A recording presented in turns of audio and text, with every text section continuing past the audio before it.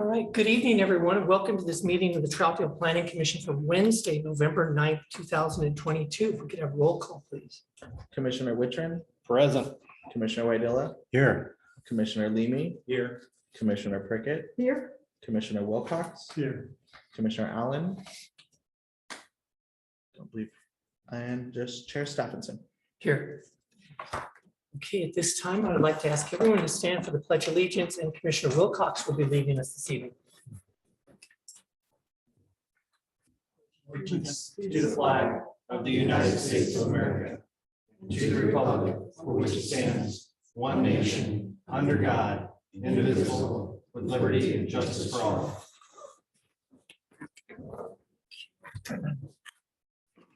Is there anyone wishing to speak to the Planning Commission this evening on a non-agenda item? No, Adrian? You good? Okay. All right. And are there any updates this evening to the agenda? No. Pretty good.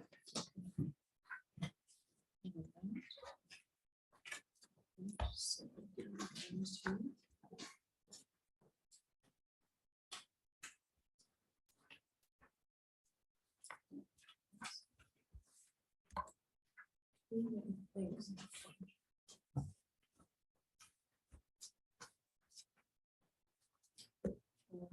With that, we'll go ahead and go into tonight's agenda item.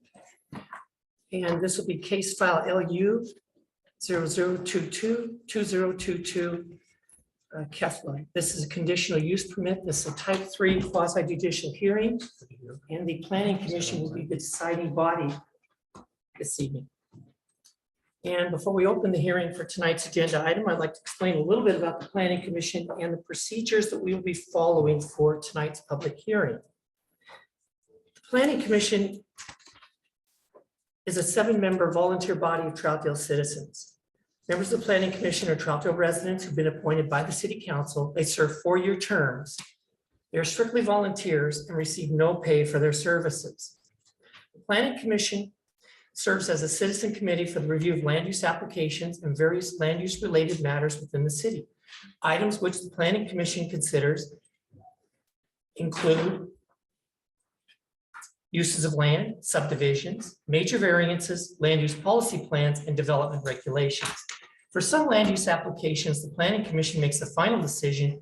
For other applications, they are simply making a recommendation to the City Council, who renders the final decision. Tonight's application is a type 3, and the Planning Commission will be the deciding body. Quasi-judicial public hearings are held in accordance with Oregon law and procedures contained in the Troutdale Development Code. The hearing proceeds as follows. City staff presents their report, which includes applicable criteria and standards for the matter under consideration in the land application. All testimony and evidence should be directed towards these criteria. If you believe that other criteria in the comprehensive plan, development code, or other city land use regulations apply, you must identify these criteria and explain why they apply to the decision. The Planning Commission accepts public testimony relating to the application. The applicant is allowed to speak first, followed by proponents, then followed by opponents, and then any parties that are neutral to the application. An opportunity will be provided to anyone testifying to clarify any issues raised. All issues raised by a participant during the public hearing must be sufficiently clear and specific to allow the Planning Commission and other parties an opportunity to respond to those issues. Failure to raise an issue during this public hearing may invalidate a future appeal based on that issue. Prior to closing the public hearing, any participant may request an opportunity to present additional evidence or testimony regarding the application.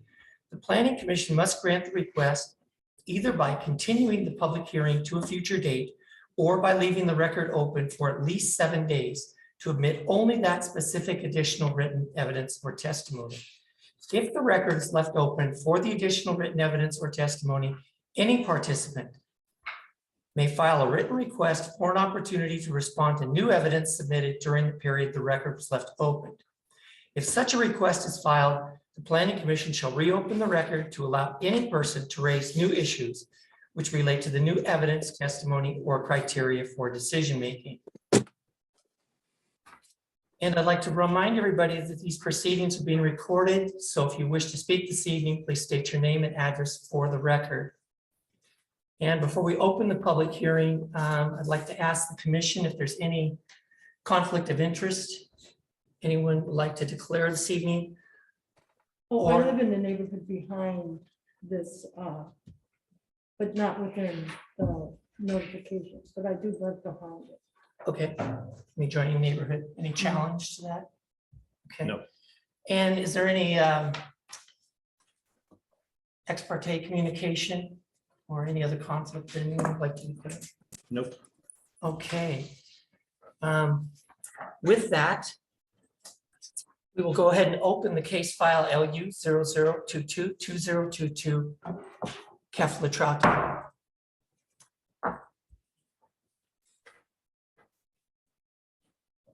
Okay, good evening, commissioners, members of the public. This item is for LU 0022-2022, public hearing. So we're going and start off with the location. So the proposed use is going to go in 2 existing suites at 25643 and 25651 Southeast Stark Street. They're currently vacant at the time. The application in front of you is for a conditional use for a marijuana facility, specifically a marijuana retailer. These are the applicable criteria that was looked at within the Troutdale Development Code. This is a type 3 procedure. Planning Commission is the decision-making entity for all type 3 applications. We received comments back from the City of Troutdale Public Works as well as Gresham Fire and Emergency Service groups responded that suggested approval can be issued with all conditions of approval being met.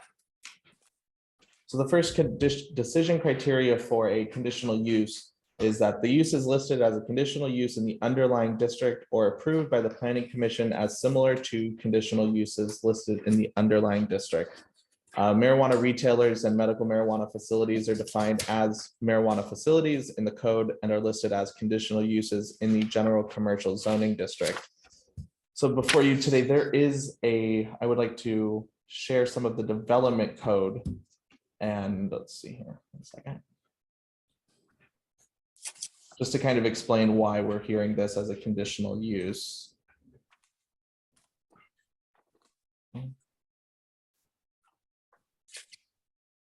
Okay. So this is the section for general commercial. You can see that this is the old version of the code that was previously before the update this summer. For general commercial, it lists all of the different permitted uses in 3.122. And then if you scroll down to 3.123, it lists out the conditional uses here. Marijuana facilities are listed as letter H, which states that they cannot be located within 1,000 feet of real property, which is the site of a public or private school or public park. Comparing that to the current code that was updated, it is, let's see here. So this is the current land use table that we updated this summer with the text amendment. And this is for the commercial zoning district. So you can see that there are two columns, one for community commercial and one for general commercial.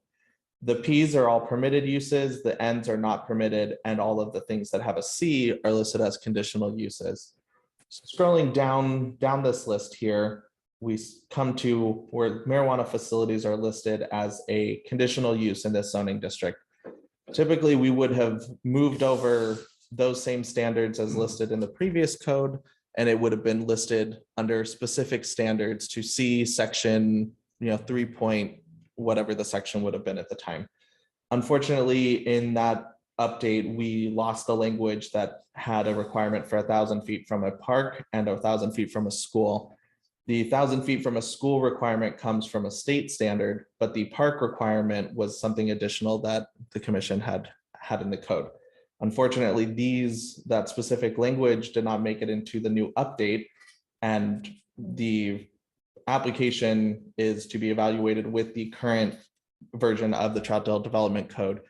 So unfortunately, that language did not make it into that update.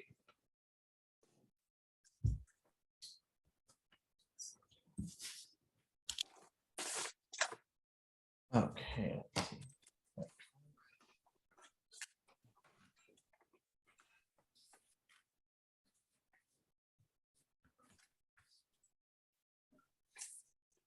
Okay, so the use is listed as a conditional use. It doesn't have that additional language in it, but it is listed as a conditional use within the general commercial zoning district. And staff finds that the criterion is met for that point. Condition criteria point number B, or letter B, is the characteristics of the site are suitable for the proposed use, considering size, shape, location, topography, existence of improvements and natural features. The proposed use will be in an existing shopping center in a combined suite that is currently vacant. The shopping center has a variety of tenants in that center and is a suitable use for a retail establishment, since all of the improvements to the site are already in existence and will not require upgrades. Criteria letter C states that all transportation systems, public facilities, and public services related to the proposed development have or can be improved to have adequate capacity to serve the proposed development at the time of its completion. This criterion point typically is used for new development. And like I mentioned previously, the shopping center was constructed over 20 years ago. And all required upgrades to transportation systems, public facilities, and services were completed at the time the shopping center was finished. So staff finds that that criterion is met. Criterion D states that the proposed use will provide adequate open space, landscaping, and aesthetic design to mitigate any possible adverse effect on surrounding properties and uses. All standards for open space, landscaping, and aesthetic design were met at the time of the shopping center's construction. The proposed use will utilize an existing suite in the shopping center and not a new building. There will be no impact to existing landscaping or require any additional design considerations. All signage for this business will follow Chapter 10 within the Troutdale Development Code, which dictates sign standards for commercial uses. As such, this criterion is met. Criteria point E states that the proposed use as condition will not cause or result in the creation of a public nuisance, including but not limited to air, land, or water degradation, noise, glare, heat, vibration, or other impacts that may be injurious to public health, safety, and welfare. Proposed use will not cause or result in the creation of a public nuisance or be injurious to the public health, safety, and welfare. This use is regulated by rules and statutes as required by the Oregon Liquor and Cannabis Commission, or OLCC. Staff finds that this criterion is met as well. And criteria point E states that the proposal satisfies the applicable provisions of this code, and staff finds that that criterion is met as well. Staff recommends approval of this item, and that is all I have for you this evening.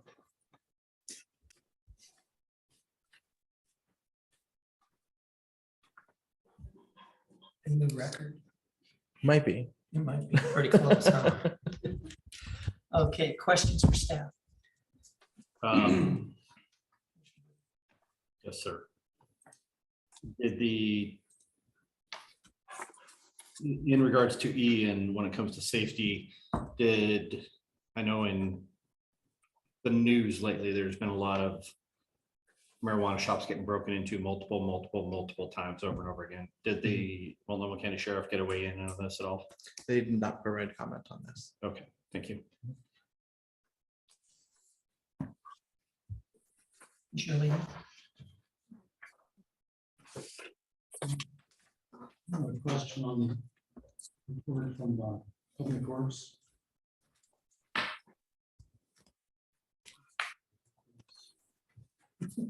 This page here, number 6.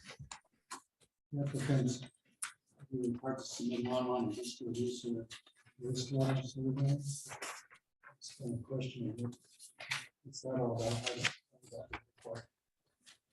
I believe that's typically just a standard comment for any new business going in. I don't know how applicable that is, but it seems like something they comment for a lot of new development within the city, even if it is in an existing building currently.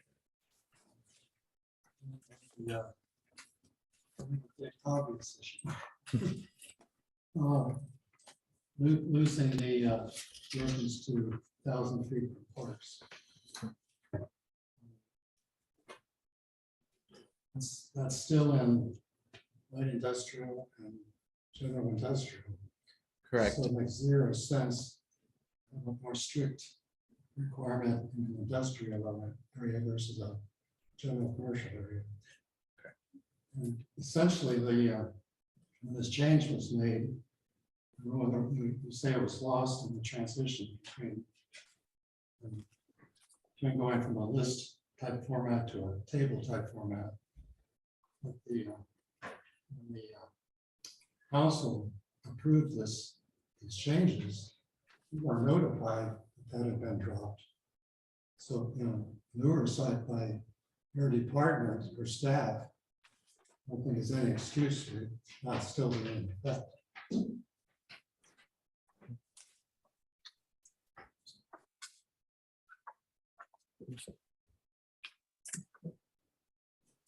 Yeah, I don't understand, because within the Albertsons area, there's at least 2 parks that are there. Plus the high school kids traverse down McGinnis through there constantly. So I'm not sure it got lost somewhere, but that neighborhood's gonna pay for that mistake. Yeah, I had looked through all of our files as far as trying to find if there was a red line copy to track where it had been dropped off, and I wasn't able to find where it was removed from code, unfortunately. Well, I think it was inadvertent. Either way.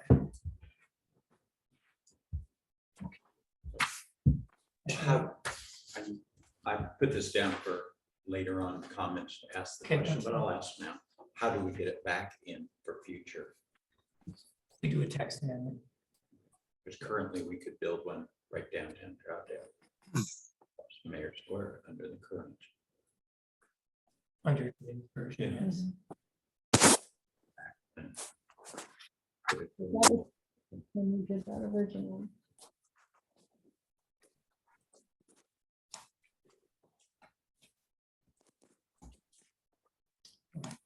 Anything else? Take that up. Right.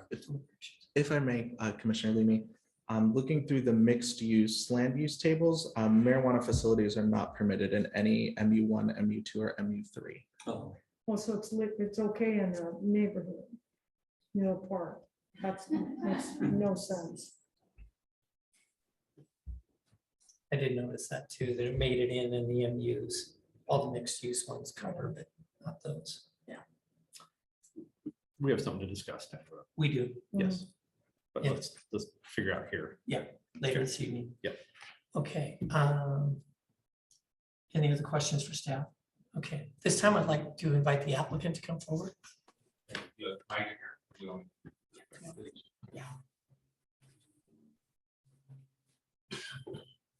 Thanks for having me. John Whitmer, live in Oregon City, 16489 Oak Tree Terrace. There's a lot of color to be added to this, okay? How we got here before. First of all, I grew up in this guy, I was a 10 Galen Mountain kid. That matters. It's important in this area. It's kind of a lot to me personally. This came about because of the connection I have to the owner. Brendan and I worked together. We've been in business for 9 years. We've been in business for 9 years, and Brendan's been shortly thereafter. So we built a working relationship. His family is very well known in the city. So Brendan and I are always looking at where we can collaborate, combining our retail brand with some of the efforts he does. And this came on our radar right 3 or 4 years ago. And we were looking at the code, and at the time I knew that we have to place off Orange Drive direction already, so we're kind of always out in this area.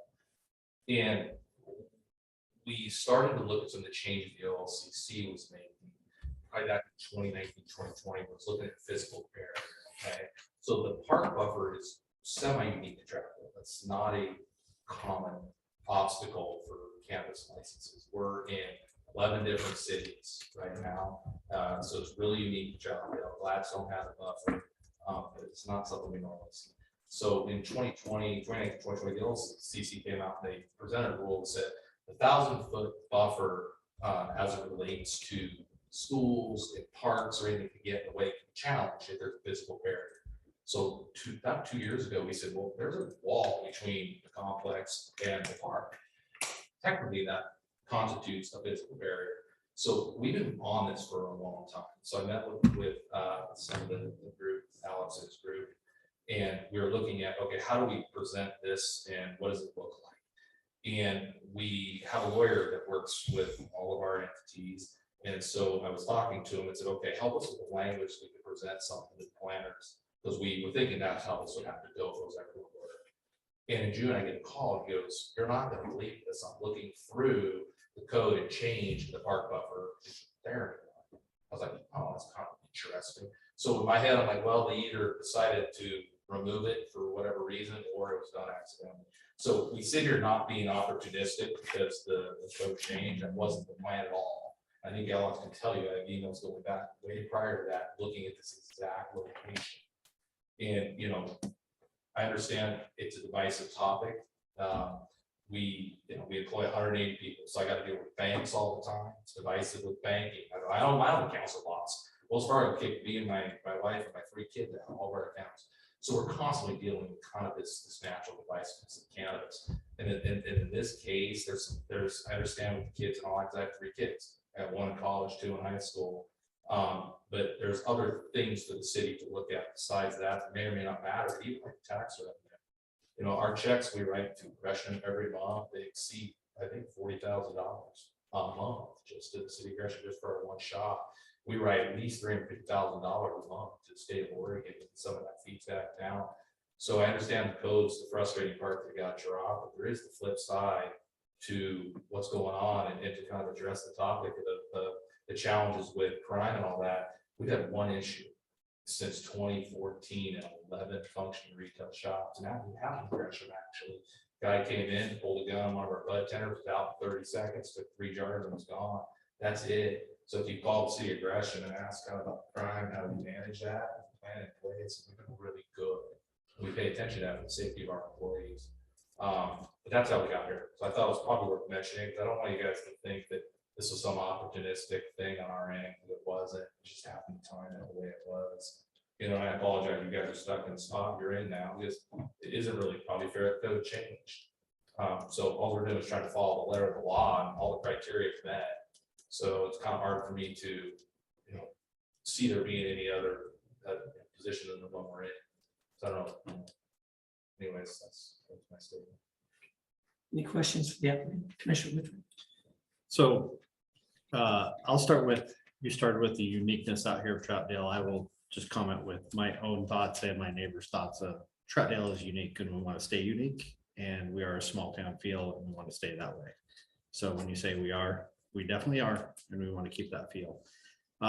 Back to the safety issue, you say, hey, you have a plan and we're going to execute our plan, and we're executing it in Gresham.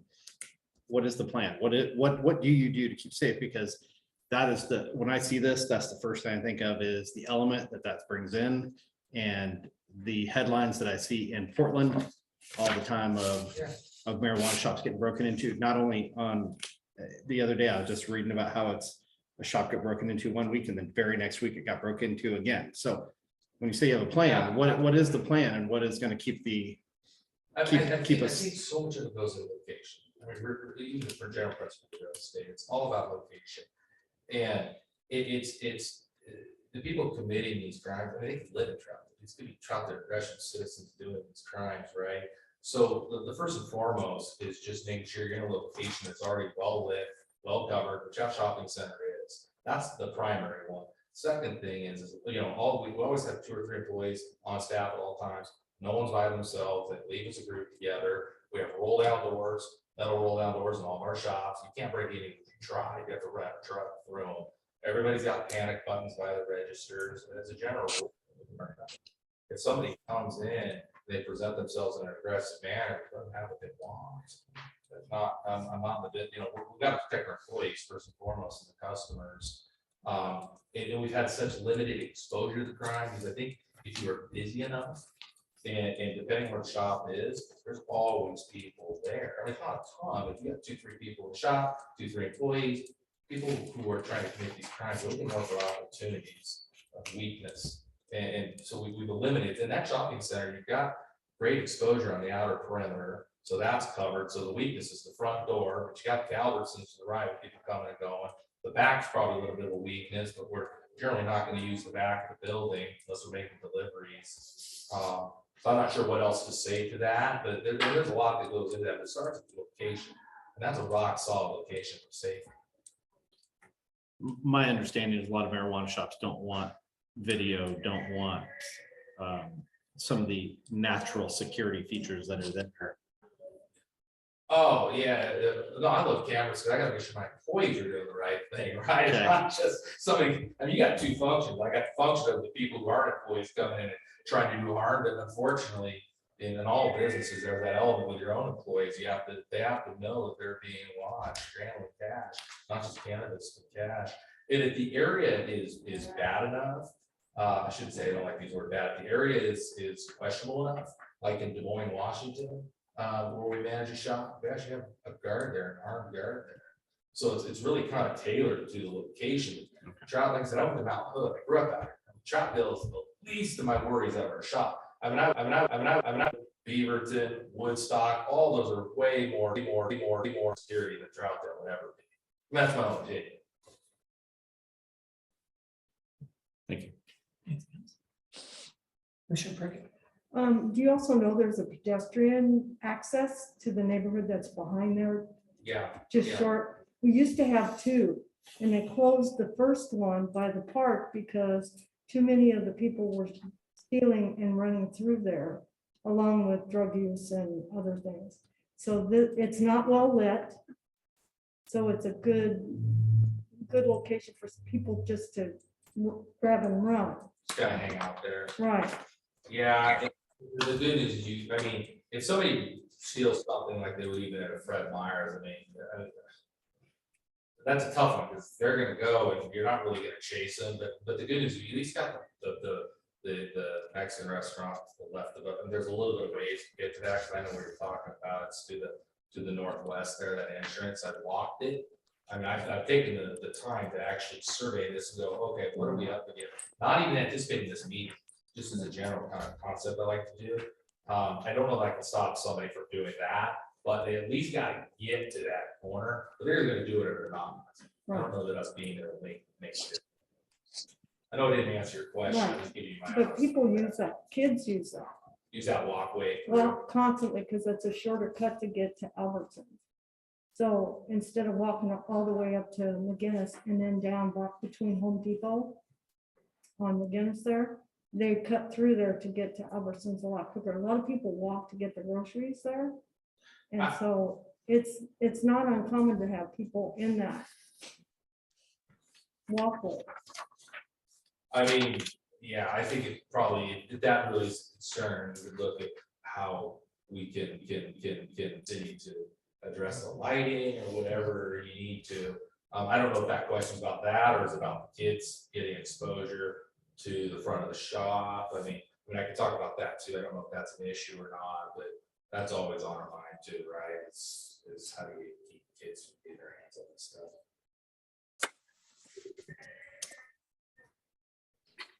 That's it for me. Commissioner Wilcox? Anyone? All right, thank you, sir. Thank you. Anyone wishing to testify as a proponent to the application? My name is Logan Legman. My address is 2 Center Point Drive, Suite 345, Lake Oswego, 97035. Initially, when I saw this come up on the agenda, my first reaction was, oh no, not another one. But when I actually took the time to look at the map, look at the distribution of where the other facilities are in East County as a whole, and Troutdale in particular, and the other medical establishments that might have synergistic business relations with the cannabis retailer. Personally, just visually looking at the map, it makes sense. I see no reason to deny this. I mapped it out. The nearest park by direct walking distance is 1,056 feet. The nearest school is Walton Middle School, and that's farther than that. So even by previous code, and by my reckoning, I see no reason why this could go in. I'm looking at where the businesses are distributed and the general other purposes that are in that area from a retail standpoint, it seems to fit. for me. So, my opinion. Thank you. Thank you. Anyone else wishing to testify as a proponent? Hi, Anyone online I wishing would, to testify as a proponent this evening? yes, I was trying to speak up. Can you hear Go me? ahead, Logan? Yes, yes, can you hear me?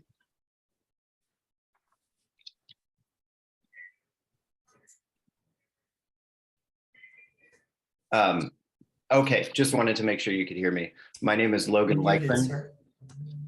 I am not muted and unmuted myself. I'm checking my microphone. Yeah, he's trying. Okay, I we're can unable to hear him. hear you. I can hear him. This is Sandy. I can hear him Go just back fine. and look, I can tell you he's a land use attorney, that's who we've been working with. So, we'll see how we do. Other people on the Zoom are saying that they can hear me. It might be the same audio issues we experienced at city council Okay, last night. all right. Yes, it sounds like maybe the speakers aren't turned on in the room.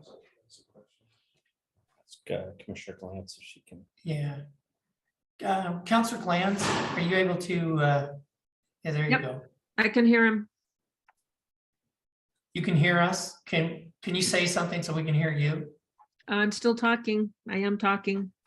No? Okay. How about me?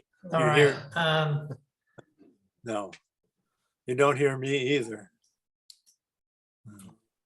We can make jokes about that. Remember though, it's recorded, Sandy. okay. One second. Before, Chair, before we do that, the other option could be kind of turn off the system and reboot the system, because that kind of worked for a while. Did that work last night? For a while, Okay. and then it went sour again, but it worked better than trying to run everything through there, but. Okay. If everyone's okay with that, why don't we do that? Okay, sorry to do this to you guys, but we're going to kick you out, back in. Better audio. Yeah, okay.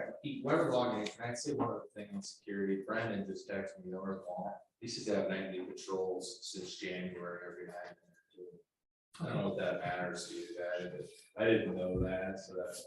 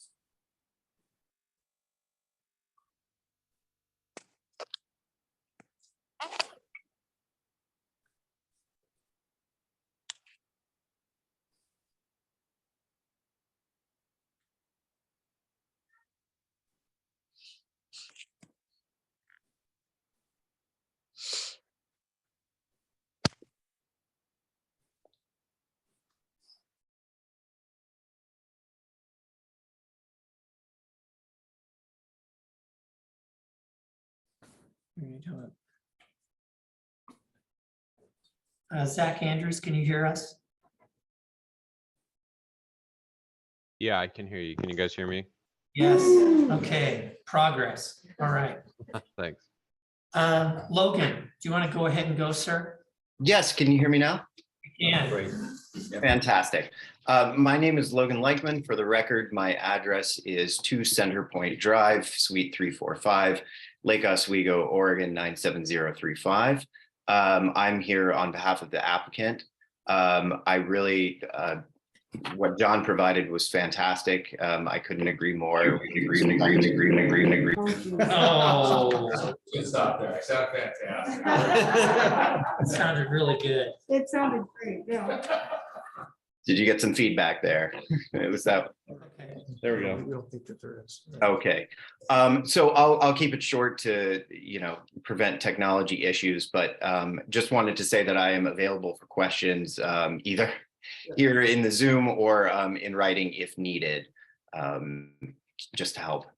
Especially if there are any questions about how the OLCC rules help, I think, in terms of safety. Cameras were brought up. Of course, that's a requirement. And I have seen for other clients where having those cameras has helped catch people who did try to rob the place. And people caught the same day as a result of having that swift enforcement action. So if there are any questions, I'm happy to answer them. All right, thank you, sir. Anyone else online wishing to testify as a proponent? No, okay, anyone, I'm gonna go ahead and just run through online if everybody doesn't mind. Anyone online wishing to testify as an opponent to the application? Okay, anyone in chambers wishing to testify as a proponent or opponent to the application?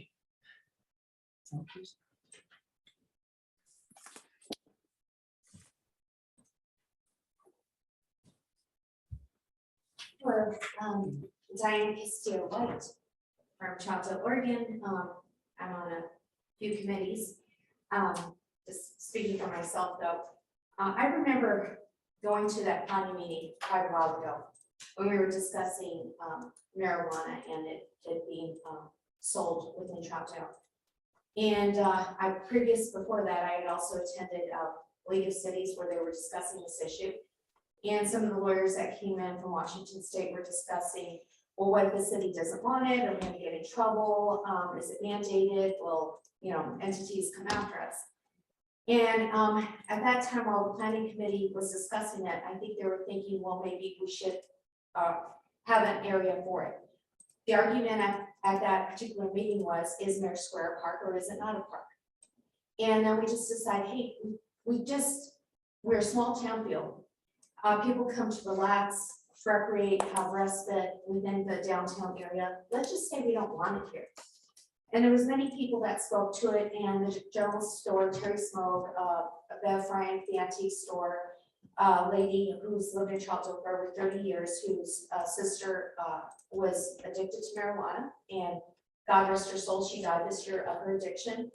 And there was other people that spoke, and they were very concerned about this issue. So after elongated discussions, then they came up with an option, thinking that, well, okay, we're just say no to it. So we got legal at this time with what we knew at that time. Legally, we would not get in trouble for it. So then we decided, I believe it was north of Highway 84 in the industrial park. That was the decision that was made. There was long conversations, heated discussions, lots of emotion, and even we had a planner was Brian Sheets, who was a lawyer that contributed to the conversation. The planning committee did a great job listening, vetting, and making what I thought was a wise decision for the community. I'm very, very, very disappointed that and I'm not blaming anybody, but that language was taken out and based on a technicality or whatever, that that this is a discussion for us today. Let's see, I just think it's a sad state at this time while we're, businesses are struggling with COVID and with the economy and some other things that are beyond their control, that liquor seems to do well, marijuana seems to do well, and some other things that some people might think are just not as family friendly for our community. Troutdale, when you go door to door campaigning for people, and you talk and have discussions and see what their concerns are. We have we love our small town feel. They don't want to be part of them. They said, and we are not Gresham. And that's what they say repetitively. They're concerned about the taxes, their sidewalks, and their livability. And back then, with Troutdale being all windy and all, this was a place not a lot of people came. So they chose Troutdale for a reason, and they stuck it out. Hardworking, good people in Troutdale. I am displeased that we're having to have this conversation. I'm sure Ed will talk to legalities. He's very well informed of new laws and such, but I think that this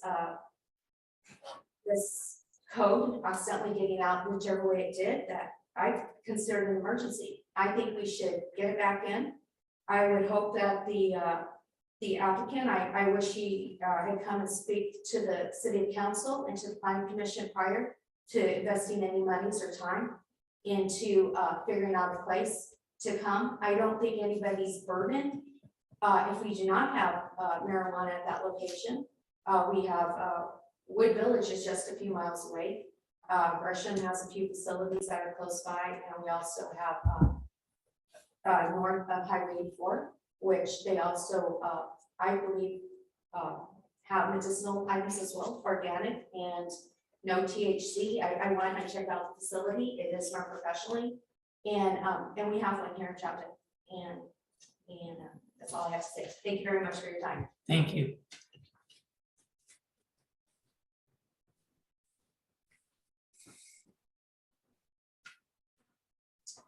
Sherry Leonard, Troutdale resident. I completely agree with what Diane said. I also would have to say that it seems like the applicant expresses his love, care, growing up in this area. That the applicant should understand that a minor oversight, if that's what it was, omitting some certain stuff that we believe should be put back in. The applicant should be able to respectfully ask for his funds back that he set forward to apply for this, and he could retract and go elsewhere. I live in the neighborhood behind, if we want to say that, north of. I also work with children. I hate seeing marijuana anywhere close. I know what it does to kids. It's awful. So I think it's a bad location. I also know crime will be there. Crime happens at Albertsons almost every day. Crime will be at that marijuana shop too. So we can't overtax our police force and you know, having the sheriff have to come up for that kind of situation. If it's an oversight, it's too close to the middle school, too close to the highway of the high schoolers that are coming out that way. It's a bad location for it. And I just think that in the end, there's plenty of other spots for it. I just don't think we need that there. Thank you. Anyone else wishing to testify as an opponent? Okay. Anyone wishing to testify as a neutral party this evening?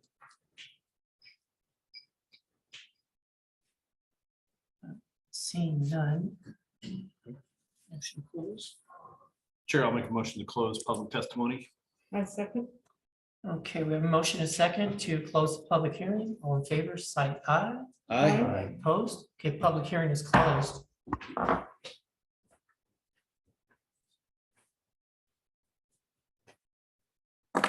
Commissioner Wilcox, please.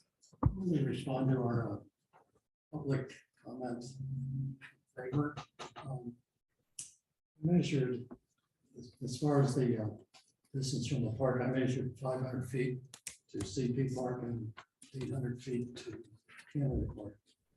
So if, you know, if the park's restriction is in effect, then something may qualify.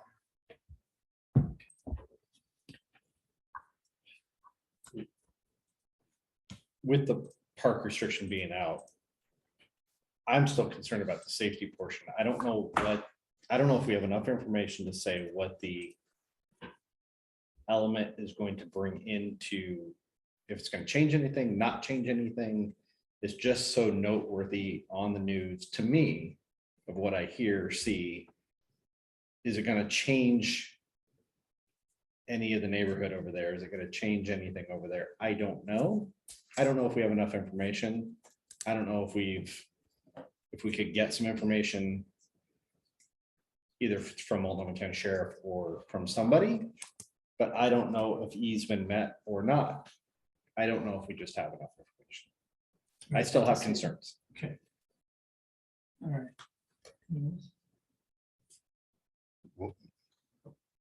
there is one place north of Interstate 84 here in the city of Troutdale, and another one in Wood Village.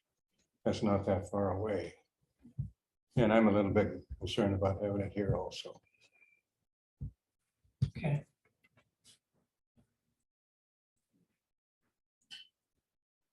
Can I ask the applicant a question? You may. Oh, wait, we'll just do rebuttal when we're all done. Okay, you do that. All right. Commissioner Wilcox, I was going to say that I agree with you. I think both CP and Cannery Park are within 1,000 feet. And it's kind of a weak measurement on my part, but it looks like Walt Morey is about 1,100 feet away-ish. And Reynolds is about 2,000 feet. But I'll say the concern that I have is actually closer than that, and that's Mount Hood. And if I look at the definition for school, as in ORS 339030, it's where there's a mandatory attendance. And obviously it's community college and there's not a mandatory attendance there, but there is for the sophomores, juniors, and seniors that attend that school. Pass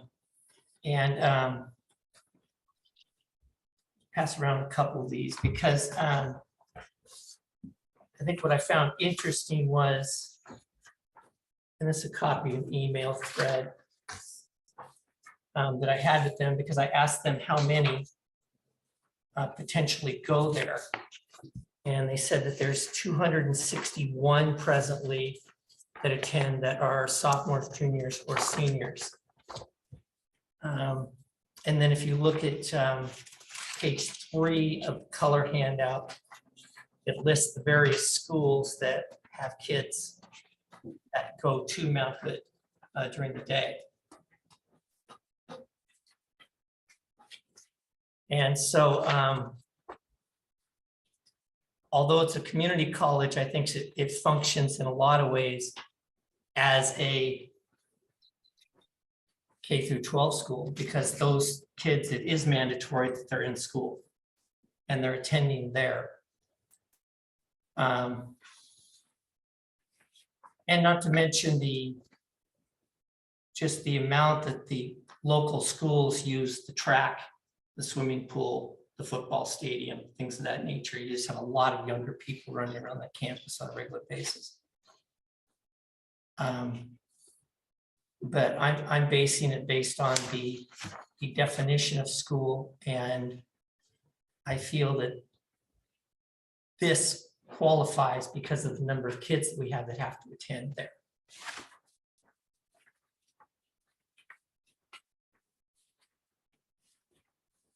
Any comments? That's I'm just, curious to see what legal has to say. Well, and also we have bus stops with elementary kids that were well within that. I mean, they're on this, they're right behind this. And the parents are waiting with their kids, waiting for the bus to pick them up and drop them off on 28th Street. And those are elementary kids, and that's right behind. so, okay. You wanted to hear from legal, Well, your just request? Any discussion on what I? Okay. I know that they don't have all of the schools listed here because my granddaughter went to Corbett and she went her junior and senior year to Mount Hood. And they're not listed on there as one of the schools. But, Both of my daughters went to Corbett and went there as well. right. so there could be more. More than the 261? Yeah. Possibly. That was the firm number that I got from them. It should be. So with that, I guess I will call in City Attorney, Mr. Ed Trump.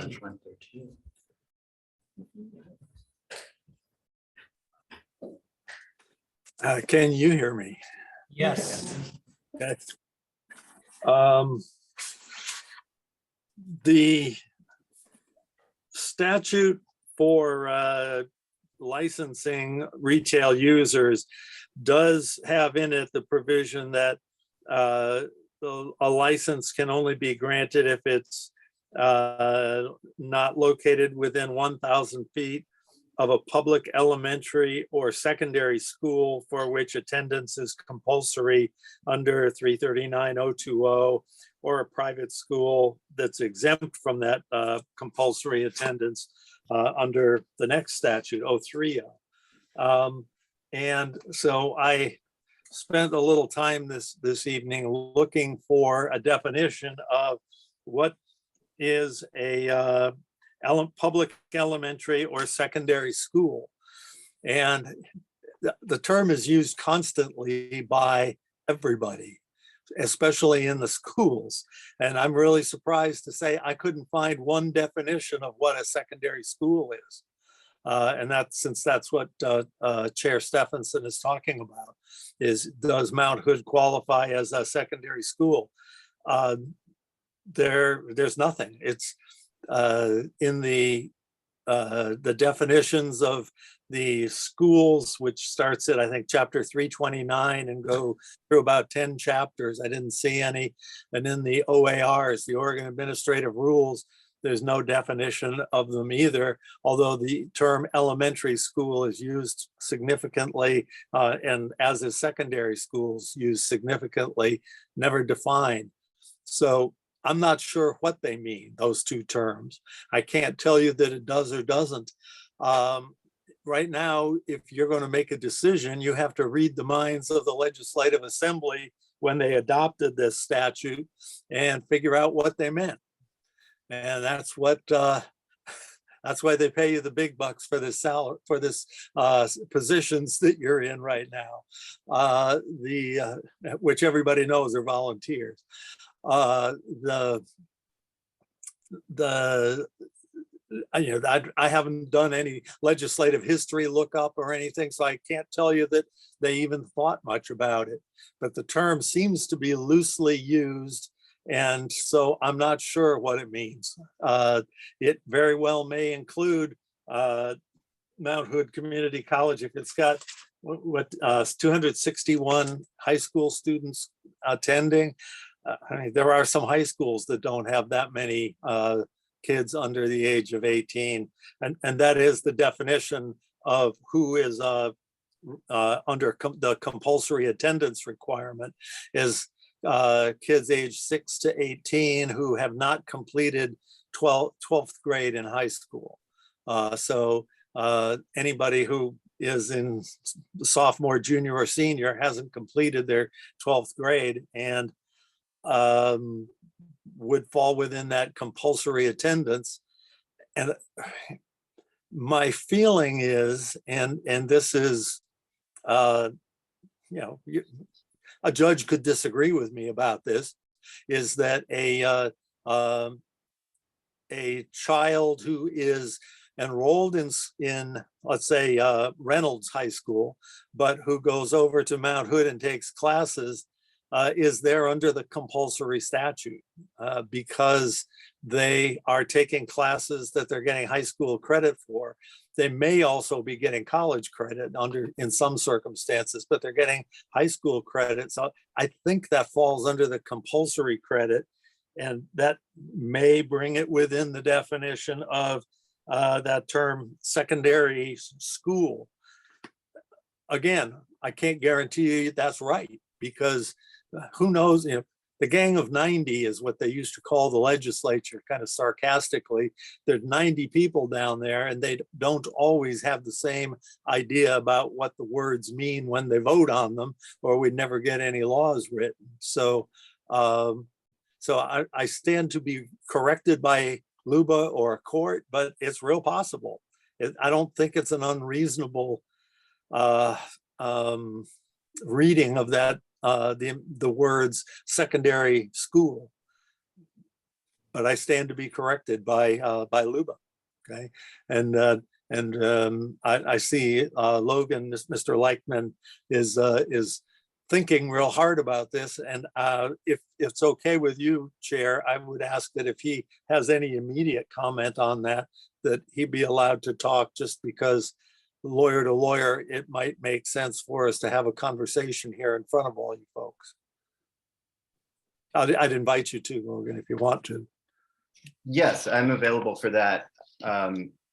First, I would like to say, if we're only discussing this now in the public hearing or in the deliberations, I would ask to continue it because there doesn't seem to be enough analysis on this point. And if we're basing the decision tonight on having the Planning Commission attempt to read the minds of the legislature, then I would say that it's not a basis for making this decision tonight. I'm happy to discuss it with you right now, but I just wanted to make that clear. In that case, let me just advise the Planning Commission that when an applicant asks for a continuance to address further issues, they have the right to that under the land use statutes to a reasonable time. And I know you have your own general rules. I don't recall if it's 14 days, but that's kind of a standard that a lot of some only go 7. So some go 21. And you may want to ask the applicant how long they need. Then usually the staff is given a chance to respond, and then a further reply from the applicant is usually allowed. So I would recommend doing that since he's asked for it. And then I don't know what else we would, if you want to talk some more about it, please go right ahead. Well, my comments the comments that I'll submit in writing, and I need only as much time as you'll give me. I have prepared this already in response to this question being asked multiple times from other cities. And the short answer is that the compulsory education requirement means that the school or the purported school is able to itself satisfy the compulsory education requirement, or does so, meaning that students are sent there and only there to receive their mandatory education. In the case of community colleges that offer advanced placement classes or other dual enrollment type classes, those do not meet the compulsory education requirement. Some alternative schools do. These are typically Head Start and other, sort of last chance programs, things like that. And they often aren't as well documented as other schools, but in no case have I seen a community college count as a elementary or secondary school for the purposes of this requirement, but I'm happy to send additional written comments on that. Thank you. For what it's worth, the parking lot's 800 feet, I measured it, but more importantly, we're on the entrance to the campus of Southern Oregon University. I don't know if they allow high school students or not. We literally are across the street, 6 feet Boulevard from their entrance. So the OLCC, so we ran into this once in Oregon City where they had a aftercare program. We went to we had Lux from the city, and the Attorney General for the state of Oregon had to override the decision when they weren't going to let us open. We actually won that. So that was where I'll have to go to the Attorney General. Okay, you want to just hold that thought till we'll get to you here. Okay, go ahead.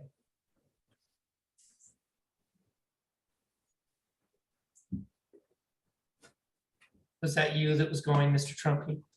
Oh, I was going to ask for a copy of that if Mr. Leichman or the applicant, whose name is escaping me, I can't see it here, is able to send that. That would be helpful in terms of advising you as a planning commission as to what the law does require. Okay. All right. And you are asking for a continuance at this time, or do you want to continue? Yes. Does the applicant actually have to do it? Yeah, I'd rather continuance because the code is what it is. I don't know if we're gonna come with an answer tonight. We need time to think about it. That's kind of what my stance is on it. I don't feel that the vibe in this room is gonna necessarily agree to follow the code. And that's kind of our next step. I gotta talk with them on what that challenge would look like and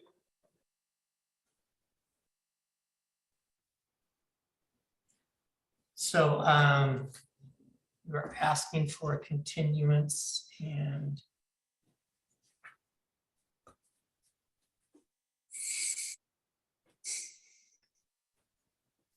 are we the 14th? Yes, it is the 14th.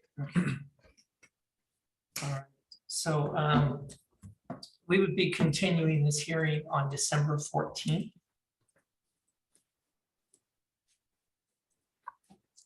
All right, so this time, we will set. I was just going to say that's well within the 120-day time period, so you're safe with that. Okay.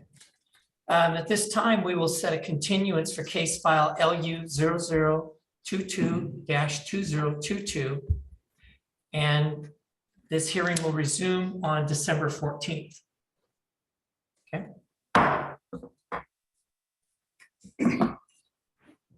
All right. If I can just, this doesn't have to be on the record. Logan, could you give me a call tomorrow or Friday and we can talk about exchanging information and that sort of stuff? Certainly.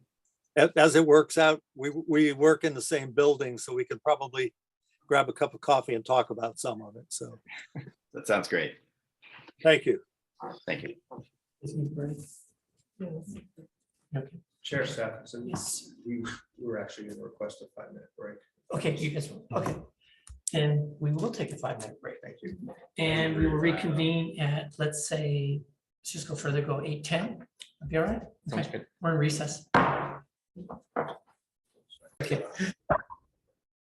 We are back in session.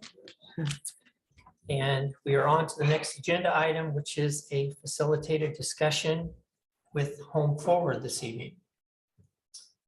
And see, so this part of the evening is going to be a work session rather than a typical hearing. And before we get going, is there any members of the public that would like to speak this evening? Okay.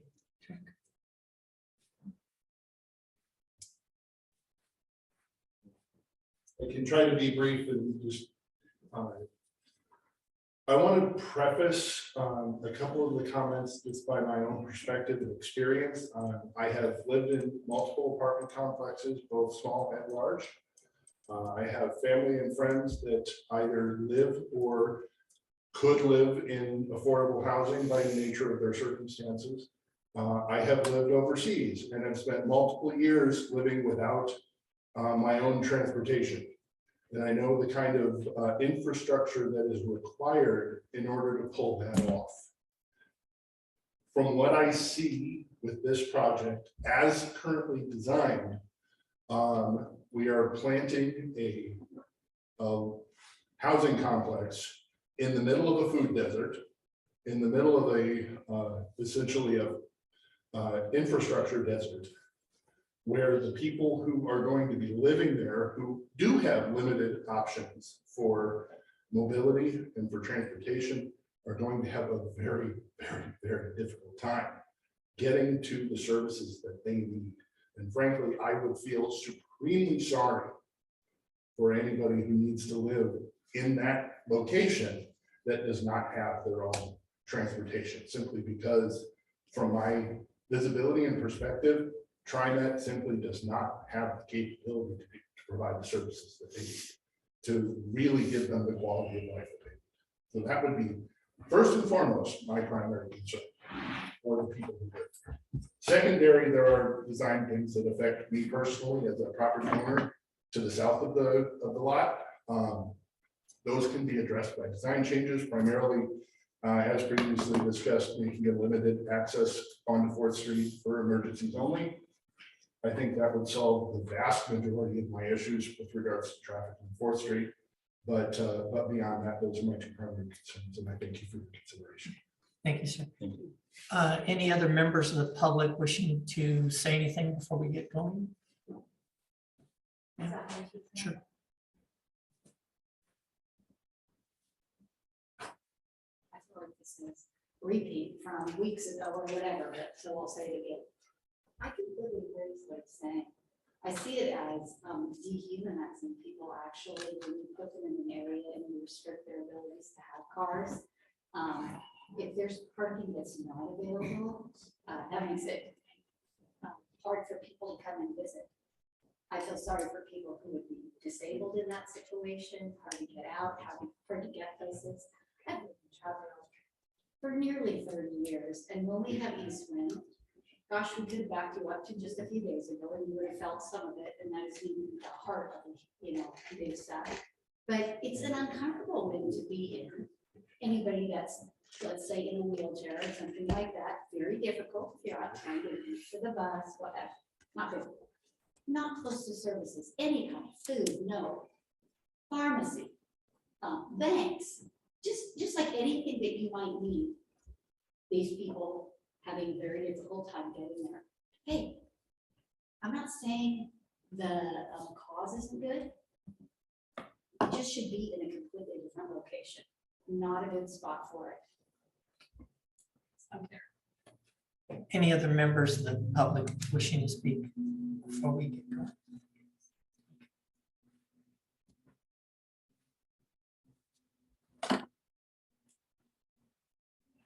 Diane Castillo-White, Troutdale. I'm also repeating. Welcome aboard. I'm glad you guys are having this conversation. I just want to repeat again that parking is important to the residents of Troutdale, for our businesses as well. And also, I believe, again, for home forward residents, I feel that mobility, economic opportunity, and ability to receive guests is priceless. The brick building, I didn't mention before, that's just right here. Yeah. That's also going to be a brew pub. I didn't mention that when I was doing the little, list of the old city hall, which is going to be a brew pub as well, general store, which is taken at the moment. And I'm on the town center committee, and I hope we're going to be tasked with the parking issue, because we have recognized it as an issue already for the city of Troutdale. So I'm just hoping that we can come up with something that again that will work for the citizens, and also home for it. I really care about the people that are potentially going into this location as well. Thank you. Thank you. Anyone else wishing to testify? Okay. Then at this time, I would like to introduce Mr. John Southgate. Do you want me to jump ahead of you, John? Please do, Dave. Okay. Tanny, you okay with that? Yeah, absolutely. Okay, so we have a little bit of introductions, and so let me jump in, and Okay. I'll kind of hand it to Mr. Great. Southgate, or John Southgate. So thank you, Commissioner Stephenson, planning commissioners. Again, I'm David Berniker, the Director, Community Development Director, and just want to be clear that tonight's just a discussion. It's just an opportunity to have an exchange of ideas. My understanding, being the new guy, is that this conversation has been going on for about 3 years. And there's been, I think, pros and cons and benefits and things thrown out, or differences of opinions. And I think this is an opportunity for all of you to have an open conversation, exchange some ideas. And so the city looked to John Southgate to help facilitate that. I've known John for a long time. I'll let him introduce himself, but this is something that he's done well. He's been a representative of the development community, both on the public and private, for a long time. So I think he'll be a good facilitator. Just want to say, from my perspective personally, and I said this before, I think Troutdale's future is very bright. I look at where we sit on the Sandy River. These are the mountains, which were spectacular today. The gateway to the gorge, the real gateway. Sorry, Gresham, but this is the gateway to the gorge. An attractive walkable downtown, bike hub, and kind of this burgeoning food and beverage scene. It's a cool place.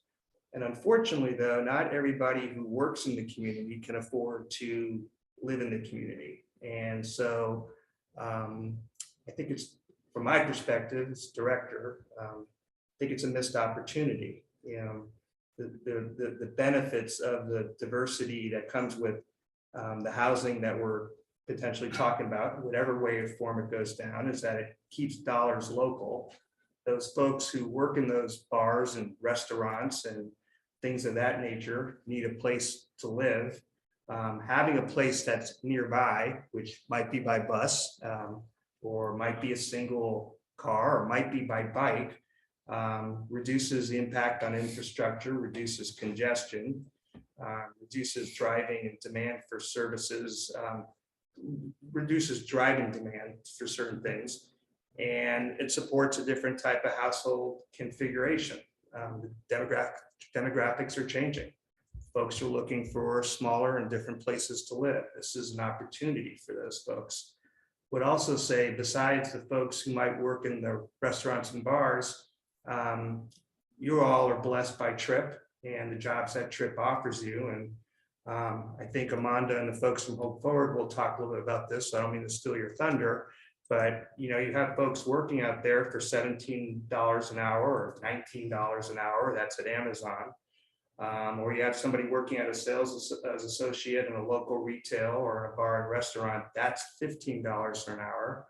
Where do those folks live? And if there's an opportunity maybe for them to live in your community, that's an opportunity to spend their hard-earned money in your community. So I think it's something that's useful to think about in terms of those notions that I called out, this notion of workforce housing kind of creates this kind of more equitable community. I would also say that city did a study that looked at a range of housing types as part of their housing needs analysis. And I think I'm stating what you already know, but Troutdale has a need for higher end housing for sure, but it also has a need for lower income housing or getting or more entry level housing. So the hope is that this project is an entry into that.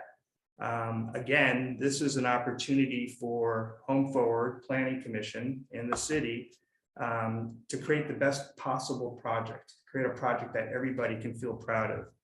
So since taking this job, I've had multiple conversations with Home Forward, and I can assure you that they are very interested in really being a good partner. So those are my comments. I'm going to hand it over to John here to talk about himself and talk about what how he's going to be leading tonight's meeting. Great. Thank you, David, Chair Stephenson, and members of the commission, guests and staff.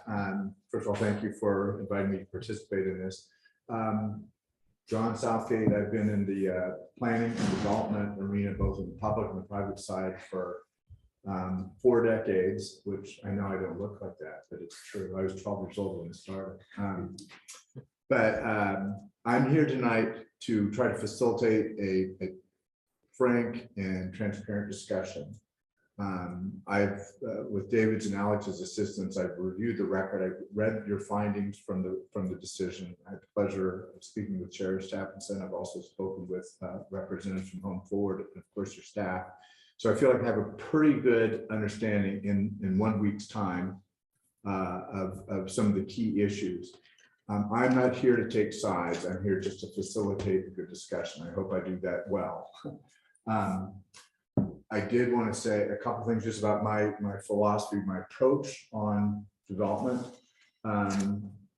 Whatever hat I've worn, whether as a city employee, as an advocate for private, advocate for a planning commission, I always try to find a win-win. So, an outcome where, in this case, Home Forward, the applicant, is able to achieve its goals, but in a way that enjoys, I'll say, even your strong support. I don't want to be naive, may not get there, and I think tonight is not intended to have an outcome. All right, here's 17 things we're going to change about the design. I don't think that's what we'll achieve. If we do, that'd be great. But this is really, I think, primarily for you to convey to Home Forward and their architects, here are the things that are of concern or opportunities to this project. I probably don't need to tell you this, but you have leverage in this. You're the decision-making body. And so I'm pretty sure, having spoken with the Home Forward team, they would love to enjoy your support. And I don't want to get ahead of you all, but I think they are prepared to make changes to the design, address the parking issue, address some of the design issues, speak to the questions, I think very legitimate questions about, is this the right location for this use? But you have the leverage. So I encourage you to take advantage of this evening just to convey what you want to convey, even if it's, you know, difficult things to convey. I think it'd be better. It's like any kind of relationship, you know, marriage or whatever. It's better to, all right, let's talk about this. That's the spirit with which I'm approaching tonight, and encourage you to. Real quickly too, I just wanted to walk through the agenda. What I proposed to David and Alex is for, first of all, the Home Forward to, as briefly as they can, kind of summarize, here's what we propose, here's why we propose it in this location, here are the things that we're looking at, and I think even begin to speak to some of the issues that you've heard even from testimony tonight. After that, then I'm going to turn it to Chair Stephenson, and maybe together we'll tag team on inviting your feedback. I've again reviewed the record. I have a pretty good sense of, I think, most, maybe all, maybe most, maybe some of your concerns, but that's going to be your time to kind of go through them, and then give an opportunity for Home Forward to respond. I would say, yes, we can make that change, or that's a problem, or yes, we'll consider it and we want to come back to it. I believe that the goal here is for Home Forward in the near future to come back with a new submittal that hopefully is responsive to the concerns they hear from you tonight, they heard from the citizens tonight. So Home Forward first, then your comments, response from Home Forward, and then I will try to summarize where we go from here based on the conversations that Beth and Sue. That's most of the talking I hope to do. So with that, Chair Stephenson, unless you have any other direction or comments, I think it'd be great for Home Forward. Yeah. Yeah, I think Amanda is going to speak first. Okay. She's online. I don't. Yeah. Hello. Hi, are you all ready for me? We are. Okay, you can hear me. Okay, I'm sorry that I can't be there in person with all of you tonight. I would much rather be in person, and I keep getting notices that my internet is unstable. And so if you lose me, please just let Diana and Leslie start talking, because they're going to be talking about way more interesting stuff and have pictures and stuff. So thank you for your willingness to have a collaborative discussion with us. As you all know, I'm Amanda Saul, an Assistant Director of Development for Home Forward, and I'm joined by Leslie Crehan, our Senior Project Manager, and Pamela Camber, Community Relations Manager, and our architecture team from MWA. I'm going to try to keep this short, but cover things that may have been missed in the past. And then I'll hand it over to Leslie and Diana to share some pictures of the projects. And then we'd love to hear your concerns and ideas. We know that where you live impacts your health, your education, and your ability to succeed in life. Being able to provide affordable housing in your city allows people with lower incomes an opportunity to live here. Maybe they work at Amazon or McMinimums, or they're a preschool teacher and they prefer to live in a smaller town with access to the beautiful nature that's right outside your back door.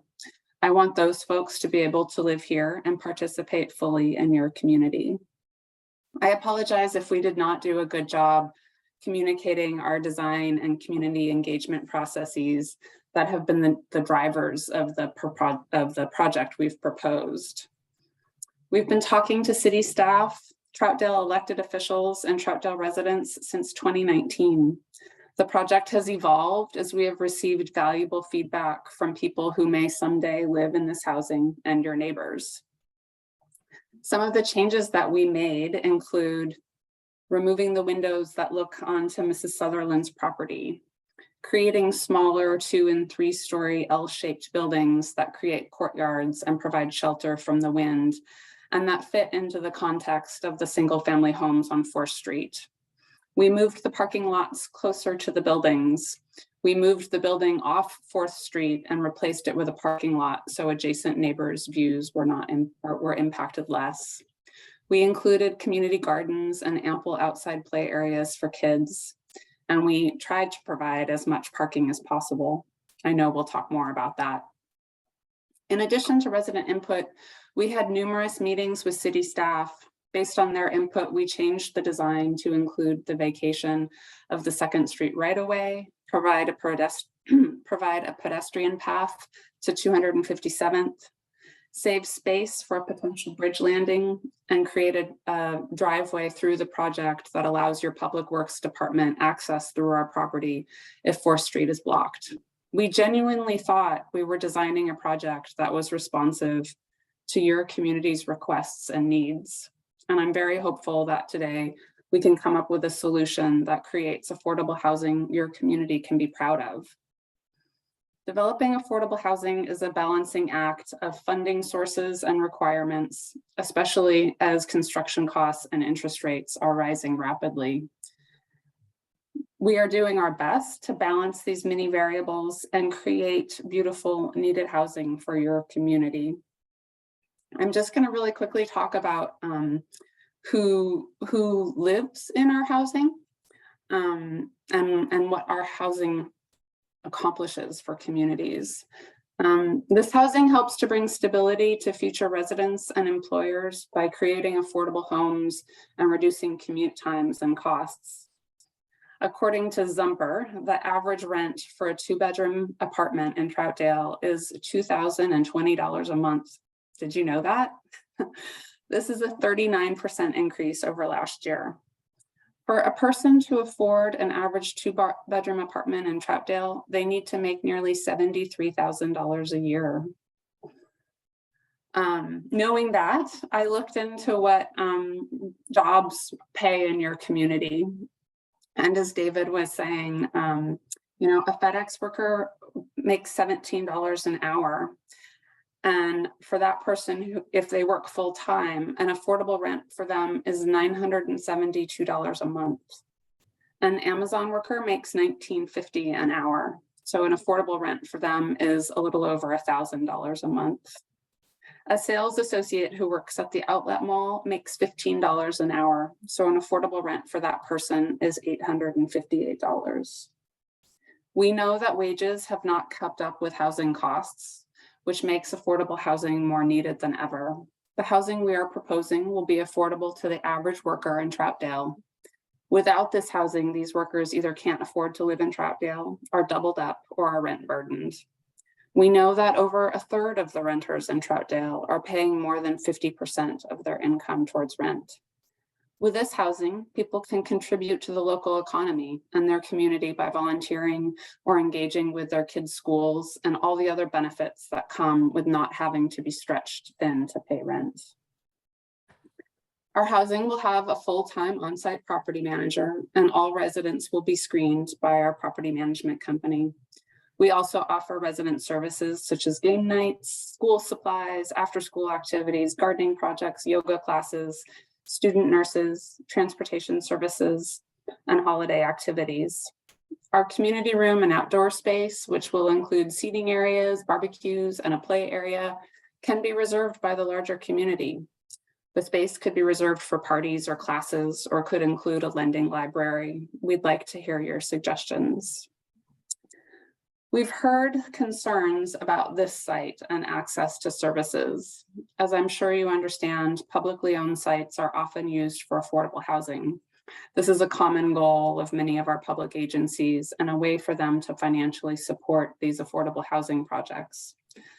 From our perspective, the site is ideally located near jobs, parks, public transportation, downtown amenities, and schools. There are 3 buses within a 5-minute walk from the site that can take you to downtown Portland, the Troutdale Airport, Mount Hood Community College, Albertsons, and many transfer stations. The site is actually better connected to public transportation than other affordable housing sites in Troutdale and Fairview. In the end, residents will make a choice about whether this site works for them or not. People will balance location with rent. as we all do when deciding where to live. We also know that Troutdale needs affordable housing, and Metro is willing to invest in it to ensure that people have affordable options throughout the Tri-County metro area.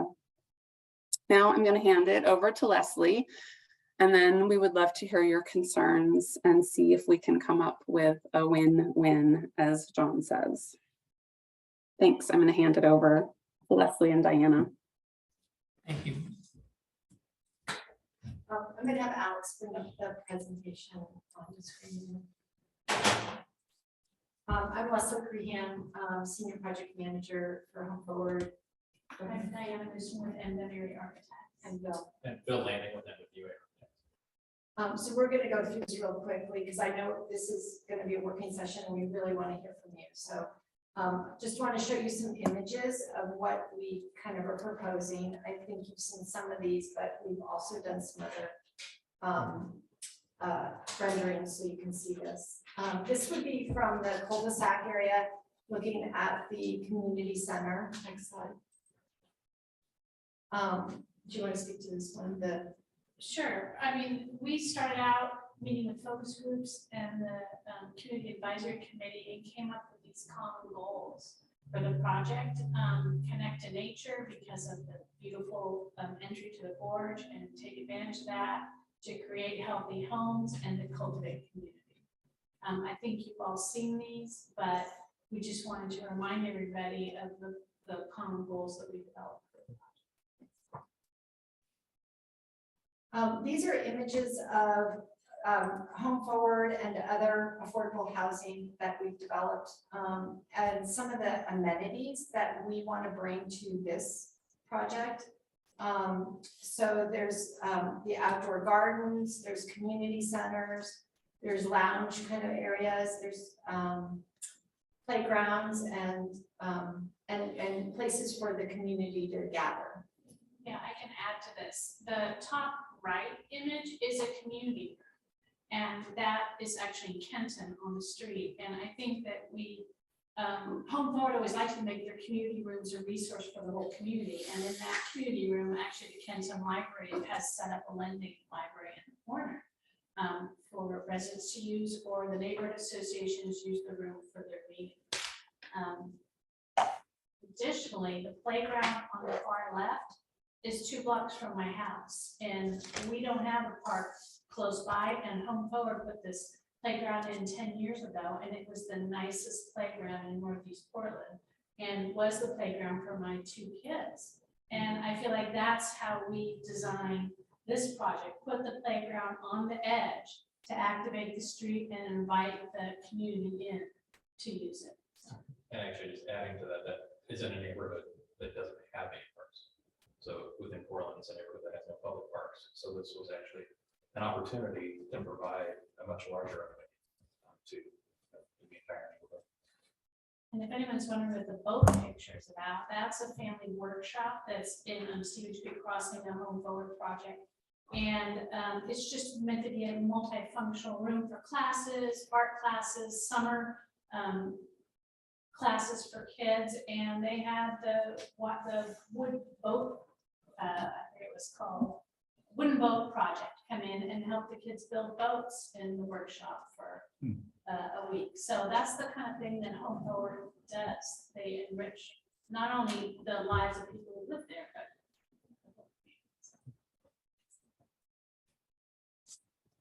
this is a rendering of the playground that we are envisioning for this site here in Troutdale, right off of the community room, right near the management offices, right there off of the cul-de-sac, so that it is close to the community. And then there's, next slide. There's a rendering of it, right, nestled in there. And just as Diana was saying, these are things we want to bring to this community that we hope that you guys could use and take advantage of. Next slide. Another rendering of the playground area where the barbecues, there's going to be picnic tables, there'll be seating areas. It'll be like a little mini pocket park that we hope that the community can take advantage of. and that kind of activity brings vibrancy to the street. This is just illustrating what Amanda was talking about as far as bus lines. I'm sure you're familiar with this already, but bus 80 goes straight to Albertsons. Or you could take bus 71, which can take you over toward Walmart. And then it's also on bus line 81. Those are the green are all the bus stops. Next slide. And then we brought these boards and then just showing you, this was the first proposal that we brought to you guys, initially the initial land use scheme, and then the next slide. And then we came to you the second time. This is the second one with some increased parking. This is where I think we could maybe have a starting point and work from there of how we could maybe increase the parking to something that you guys feel is a little more reasonable for the community. So that's what I'm hoping we could even come up here and mark up the boards or whatever. So I want you to feel comfortable doing that. Next slide. This is just illustrating if we don't get the vacation of Second Street that that we have to build the cul-de-sac, and this is the impact of the cul-de-sac on the site. And by having to do that large cul-de-sac, it really pushes our site farther closer together, and it reduces the amount of parking that we can get on the site. So just wanted to illustrate that of the impact of the cul-de-sac. Slide, I think it's the last one. This is from 4th Street. We did push the building off of 4th just so that we could get the parking closer to the units, so that people can go right from their car into the unit because of the harsh winds that the Troutdale gets. It also made the height of the building, so instead of being right up on 4th as 2 stories, it pushes the building back and makes the impact on to the 4th Street neighbors less than if it was right up against 4th Street. Did you have anything to add to that? Well, it's almost the height of a one-story house. If you look directly across 4th, you're at level of the 2nd floor. So that was really the main reason we pushed the building down, is to reduce the impact of the neighbors on 4th. It also doesn't impair their views as much. If the 2 stories is up on 4th, then it will actually impair the views of his wife was on the CAC committee. But anyway, so from discussions with Heather, right, we pushed the building farther back. And that's, yeah. Perfect. So we want. Terrific, thank you. So I just, one point I forgot to make, when you and I talked, we were aiming for a 9:30 stop. We might bleed over. We got a little bit late start because of the prior hearing, but that's your call. So I think my main role is to try to keep things moving, to respect everybody's time. So with that, I invite Chair Stephenson, if you want to lead off, or invite your members to start to provide input now. Sure. I don't think there's anybody here that doesn't think this is a good idea to have this, that we're doing the right thing for the right people at the right time. We could all agree on that. Okay, we have location issues, the community has location issues, we have concerns, but if we're going to move forward, you know, there are issues that we want to talk about. Obviously, parking is a big issue. Yeah. We have concerns about what is going to happen with the traffic study, right? That, you know, we're saying, hey, no left turns here. We can, you know, what is going to happen here? We're concerned about our businesses downtown. If our parking is overflowing, it's really going to cause businesses to shut down downtown and leave. That is a real feeling of the community, because parking is already so bad downtown that if it bleeds out, it could have an impact on businesses and cause them to shut down. Because right now, I went downtown last night to go eat and with my parents, and circling, trying to find the spot. I go down to go get my glasses downtown. circling, got to walk a couple blocks to go get my eyes checked. So it is a real problem downtown. We are not making it up. It is a real deal. And you come through there at 5 o'clock, 6 o'clock when it's traffic hour. I'm curious to see really what a traffic study is going to say right now. And then you add in that much more traffic, that many more spots. I feel, I can only speak for myself, but I feel like we have to get closer on the parking. Okay. Good. I Yes. have just a clarification. When you talk about the traffic study and timing, are you concerned or talking about the parking or Those are my two biggest concerns, or two separate. okay, so Yeah. also the circulation. Yes. Getting in and around Yes. downtown. and other Yes. areas. Those are my two biggest concerns overall. Okay, we could talk all day long about services and what amenities are here and are going to be there for the residents. Bus lines, okay, yeah, we have bus lines, but what are the frequencies and everything? Those are all little, I'll say, smaller concerns. Yeah. To me, it's more, we could have bleed over because of traffic and parking and cause a real impact to downtown financially, to businesses, to our small town feel, to everything down there. It could just create a big, our small town feel, it could create a big flow down there. Just, it's hit us right in the face. You know, So- for efficiency's sake, let me ask if I'm not cutting you off, maybe let's do one topic at a time. So maybe Chair Stephenson, if you're okay, other comments about parking and traffic, about that general topic, and then we'll probably talk about location issues. So let me ask other thoughts. Well stated, other concerns related to parking impact, traffic impact. I Yes. know you guys did really well about putting that emergency block in there. That does not prevent people from parking on 4th Street and walking down to their apartment. That is a key, because it happens even in my neighborhood. They'll park in the neighborhood and go to the apartment because it's easier and quicker and closer. And if parking is not available, that's what they're gonna do, because it's easier. Can you clarify what you mean block? Okay, so you know where you said there's an emergency entrance on 4th Street? Oh, right there. Right. The driveway. Right, people will use that. They'll park on that street and use that as a way to get into their apartment, so they don't have to park in there, because there is not enough parking. Does that make sense? It's an easy, Yeah, I guess would an alternative be, I mean, I guess the alternative would be to turn that into a no parking area On 4th. on 4th. I mean, it's a well, public but street. so it's a public street, but we also have residents that live there. And the public public Department of Public Works is there. So they have to have access. And to restrict parking, it also restricts parking for the people that are living on that street. So that question would not, I mean, that answer wouldn't be a viable answer.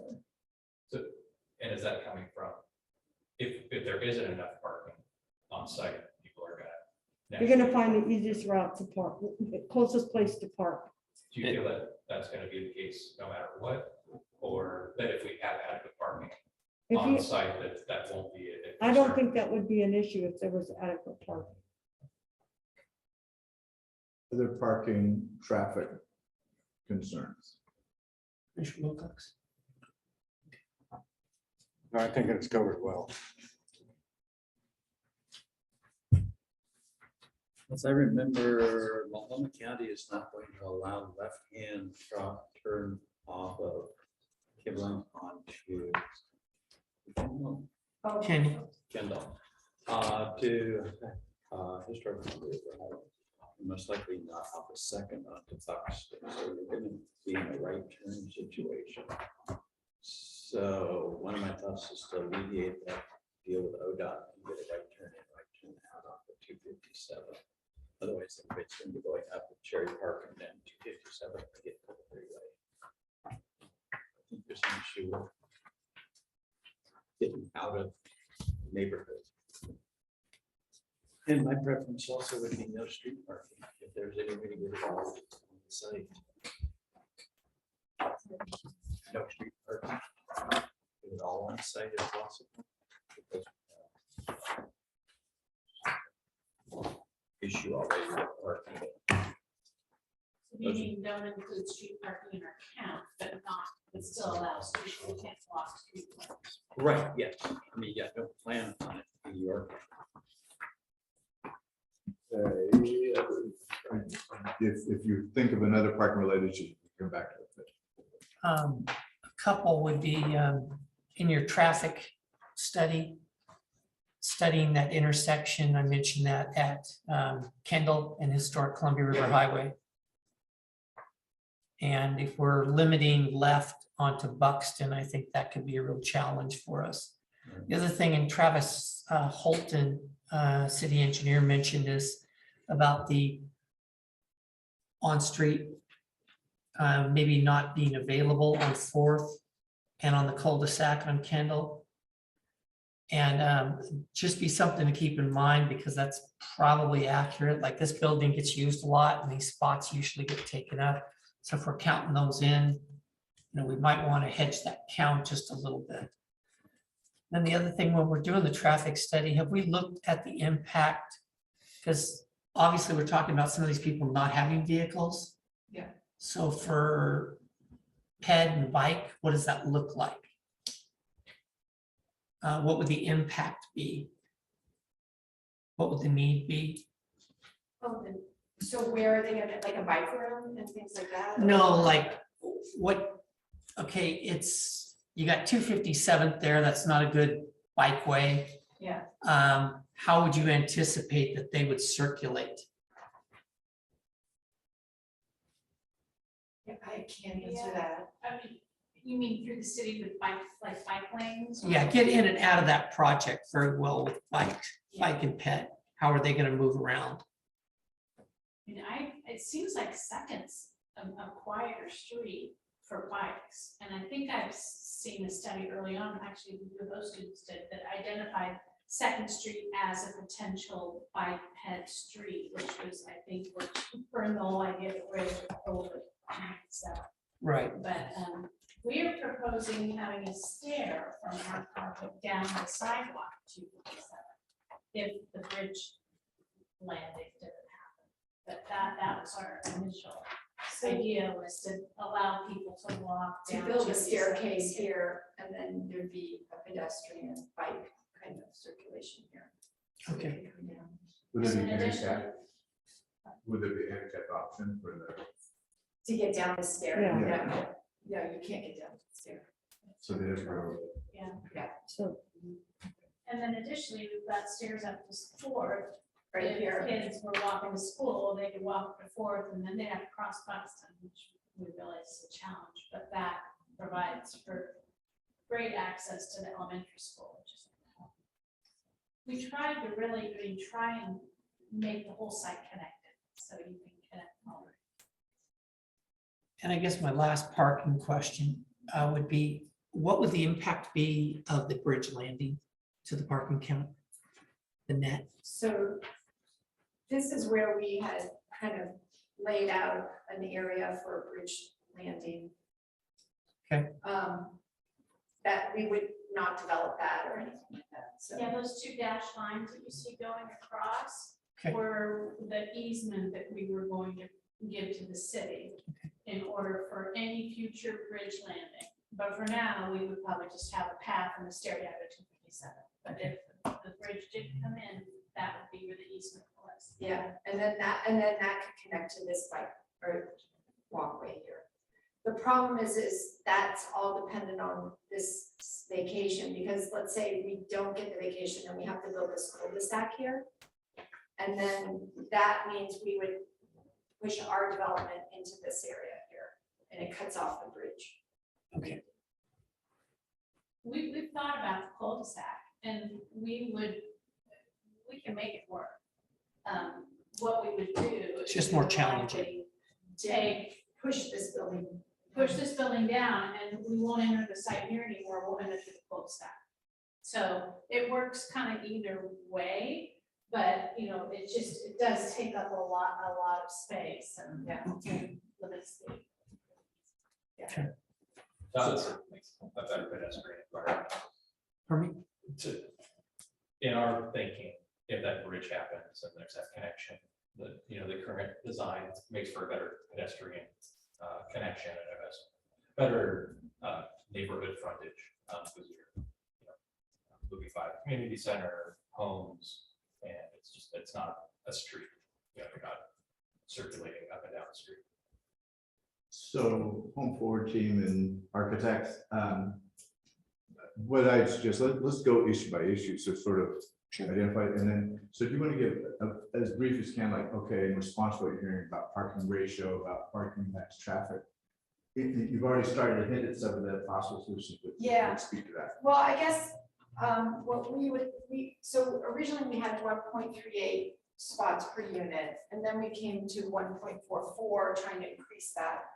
And I wanted to hear from you guys what you felt would be, it's just challenging on this site, but we have some thoughts on possibly, like what Diana was saying, and I don't know if you want to come up here or not, but if we entered this way through the site, and we were able to put like in parking in here, we could get the ratio higher. And then we push everything down, eliminate this parking here, but we're able to get in more parking up in this area. Although, what it also, we need to put a lot here. Yes. So what it does is, I mean, I can draw here, but it sort of, if the building were here, then the play area goes here. So the play area comes off the street. And we need to put you really need a parking lot here, or you need a parking lot here. To make it work. In the handle, one of the two. But we could get some more parking if we put the cul-de-sac in. I mean, we're assuming we could park around this cul-de-sac, get a few more spaces, or if we didn't put the cul-de-sac in, but kept it a city-owned right-of-way, I don't know if Public Works will allow, it doesn't sound like they allow us to do that. Oh, yeah, put parking in, yeah. We can park off that right of way, so keep it at the city right of way, but it sounds like Public Works is gonna require, if this is not vacated, we have to put a cul-de-sac.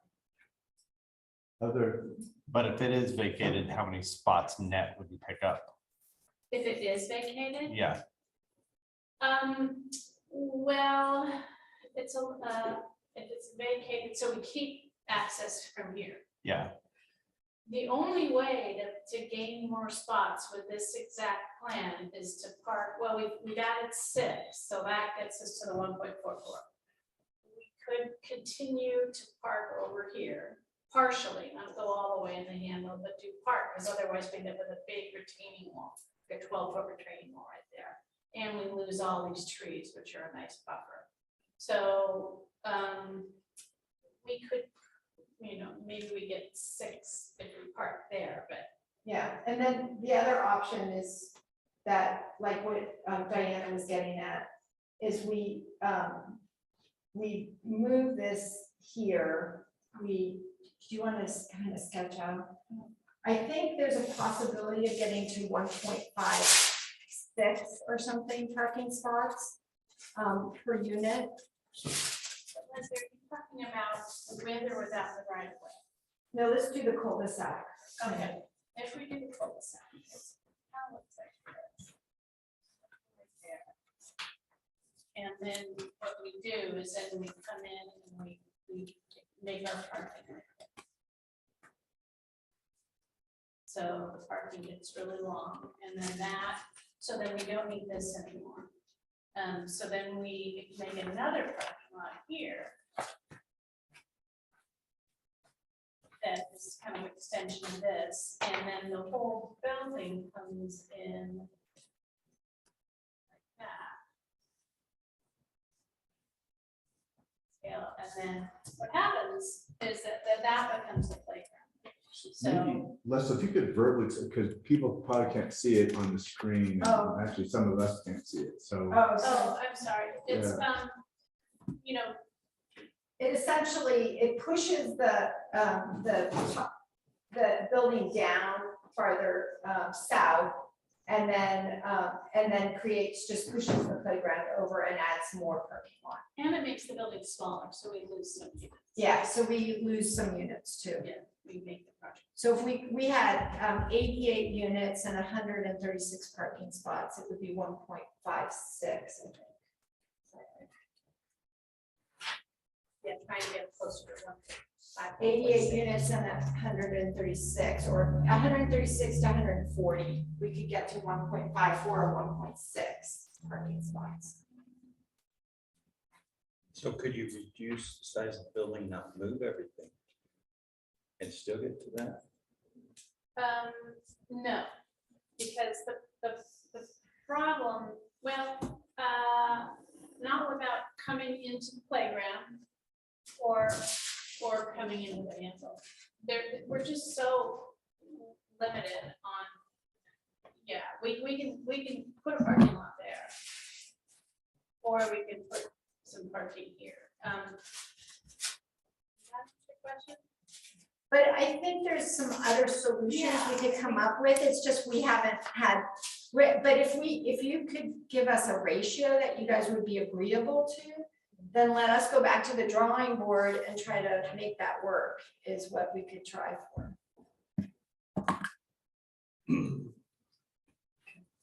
And that would really help us move forward and also the other thing that would really help to know is whether or not this is available or not. Because that, if we're gonna go back and redesign, then we need to know kind of if that's even available. Because if it's not, we'll assume the cul-de-sac. Because that's what was denied, if the right of way was denied originally. We could look at both, let's too. Yeah. I mean, we've looked at this plan as much as we can. Yeah. Trying to get as many spaces in, believe me, we really want to. And like I say, that's the only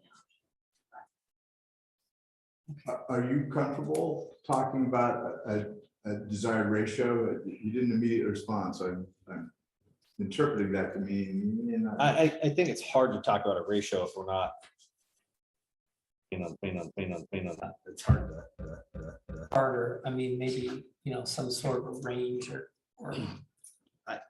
It feels more palatable knowing that we're getting closer to that 2 mark.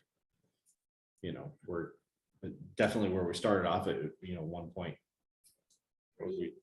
is where we started off, and now we're starting at 1.6 is getting closer. It makes me feel better about downtown. Okay. I mean, that would be really helpful to us to know if that seems like that is kind of something that is agreeable. Although I don't want this to get. There was also conversation that we'd advise us not to count the on-street parking as part of. Yeah, our that's parking true. count. That would be with And the so, off-street. Yeah, what we're talking Yeah. about so far. Thank Yeah. you, is the Bill. on-street parking. I know. So, I think that what I'm hearing, both past record as well as the conversation is if you could increase the parking ratio, which you're discussing, and then also get a little creative, like if there's what do you call the flex cars, where there's are there other ways of managing parking that reduces the demand? And I don't think in the next 10 minutes, we're going to figure out what this might be, but that might be another, what do you call the cars that? Cargo or. Yeah, exactly. Yeah. So are there solutions like that? May not be feasible, But it is a real concern for the residents of the people on 4th Street of Right. their quality of life up there, if they're just getting impacted by parking and parking and parking, and that is their front door every day. Yeah. It is a real concern for residents. Yeah. And then, like I said, businesses and trying to get parking and everything downtown. So it's a major topic for me and Yeah. my neighbors. and maybe parking management. I mean, I don't know how enforceable it might be, but if it's like, okay, new resident of this project, here's the rules, you're not to park up and forth. And if that's abused, then maybe you get more aggressive, but directing your residents to park there may not be an issue, but if the concerns are both the impact on the businesses on your historic downtown as well as the nearby neighbors. So I think, I don't think we need to solve those, but what are some solutions to really control parking? Did And you it's guys do a parking study? Yes. And there's a parking report, but is there a parking study? Because I heard the chair talk about, I don't want to put words in your mouth, Chair, but I heard you talk about the impact of bike and ped. Heard, John talking about, is there a transportation demand management plan? There was also discussion about, are there cars on the on the community that the folks can use? I'm just kind of curious about like the whole soup and nuts as a parking strategy, how that might look and feel. Yeah, we did a parking study, which we gave to you as in your packets in the second hearing.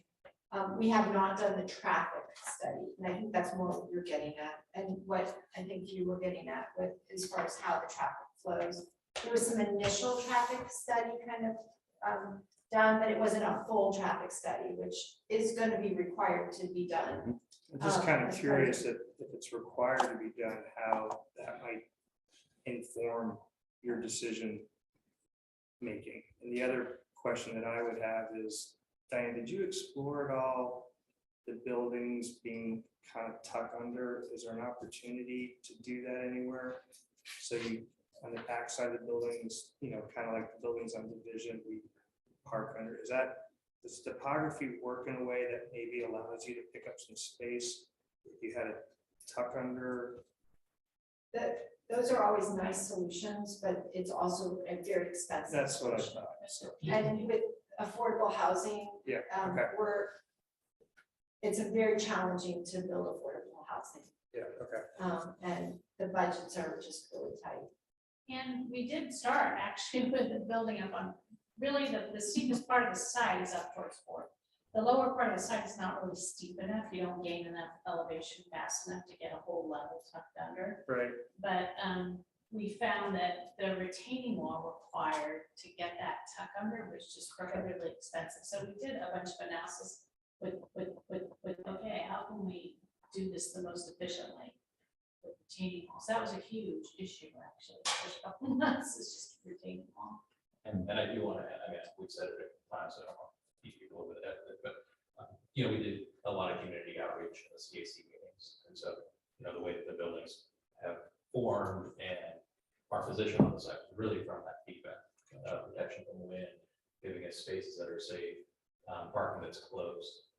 So, adding parking under the buildings changes that dynamic drastically. So let me ask, maybe this is more for the planning commission. If the team were to include some, maybe I'll even say innovations like using the car, I'm making that up, but and then document it. Okay, here's some analogous projects, preferably the East County, where having 3 car to go in a 100-unit project in Rockwood, wherever, resulted in a reduction in demand of 10%. I'm just making it up, but I don't know if that's readily doable. If it is, would that sort of like, okay, here's how 1.54, whatever the ratio ends up being, actually works, because there's several projects, they use some of these tools. We're proposing to use them here now. So is that start to build comfort for something less than the full 2 spaces? Possibly, and I was going to say, just back to what I was referring to was the traffic analysis. It was kind of, I think it was called a review, right? For what they did for some of those intersections, and it'd be great to see the full Traffic study. the full meal deal. That's something that we often get at this point.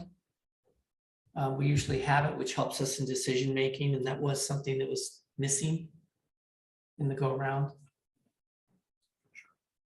It was written as a condition of approval for permit, as I recall, that we had to study the intersection down the highway. Right, a condition, but it would be helpful when you're approving it to see as much of that data as you possibly can going into it. I did want to just ask another clarification. which is, and Shirley brought this up, because we did bring up and talk about the potential barrier to 4th Street being an emergency access only. But I think we didn't necessarily fully get to the point of understanding if that was, I don't say a requirement, but something the planning commission was really wanting us to pursue. So it'd be good to identify. I think it would be more palatable for us because that, once again, the quality of life of those residents back there or those. Because it becomes a through. Yeah. So some kind of like gate that like you have. Well, like Reynolds High School has Emergency access. emergency access off of Hensley. There's a chain there that they can actually break to get in to the back side of the school. Okay. So it needs to be some kind of gate or something that says you No can't- access. No access.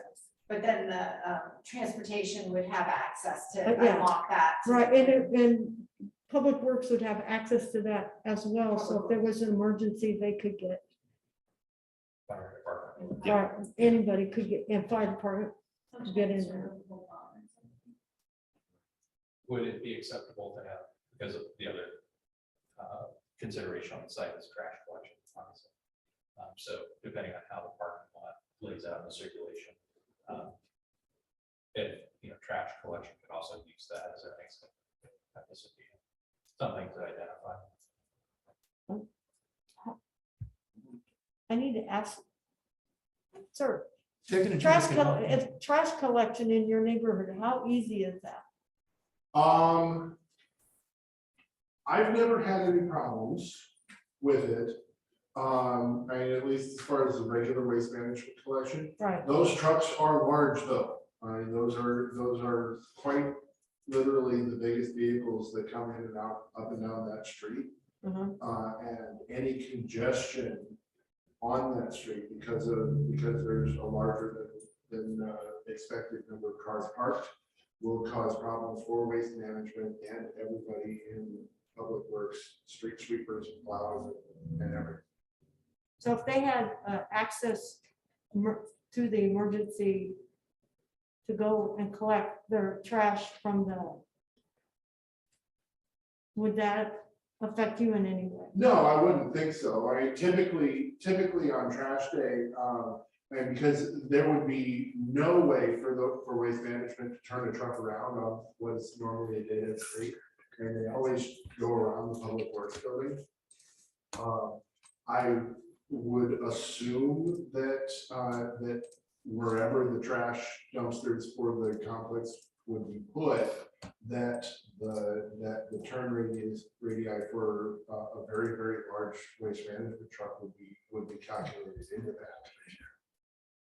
But they would need to exit off before. Because there's no turnaround on site, right? They would need to leave. Well, I think our working understanding of the trash company right now would be that they would, the current site plan, they would loop out onto 4th. Either come in off of 4th or come in off of Kendall and exit on to 4th. And so I think we could, it's a matter of knowing whether that is reasonable or not. Because if it's not reasonable, then we have to identify a way for them to be able to turn around that site. Yeah. Other parking and traffic. So back to your question of, hey, other Yes. alternative Good. solutions to make it more palatable for coming down from 2. Yeah, it helps a little, but I don't know if it helps. It helps me personally, one member of this board, to say, hey, yeah, going from 1 to 1 or 2 to 1.8 or something. Hey, yeah, this helps gap that a little bit, but then we're really starting to, hey, 1.75 or 1.65. I mean, is it really going to make up that much more? Personally, I don't think so. It can make up a little bit, but I don't think it's going to make up that much. So helps a little, but a little. So there's a certain point where we can't get to 2. There's no. Right, we know we're not. Right. Yeah, we know that. So, Okay. but we but we're getting closer, right? We're starting to feel a little better about where we're heading, right? Yeah. So, but when we're saying, hey, ride share programs and this and that, and we're gonna promote, yeah, maybe that's gonna help take up a little more gap, but it's not gonna get us all the way there, No, and as we're talking about 1.6, I think we're getting closer, but I don't think we're quite there yet.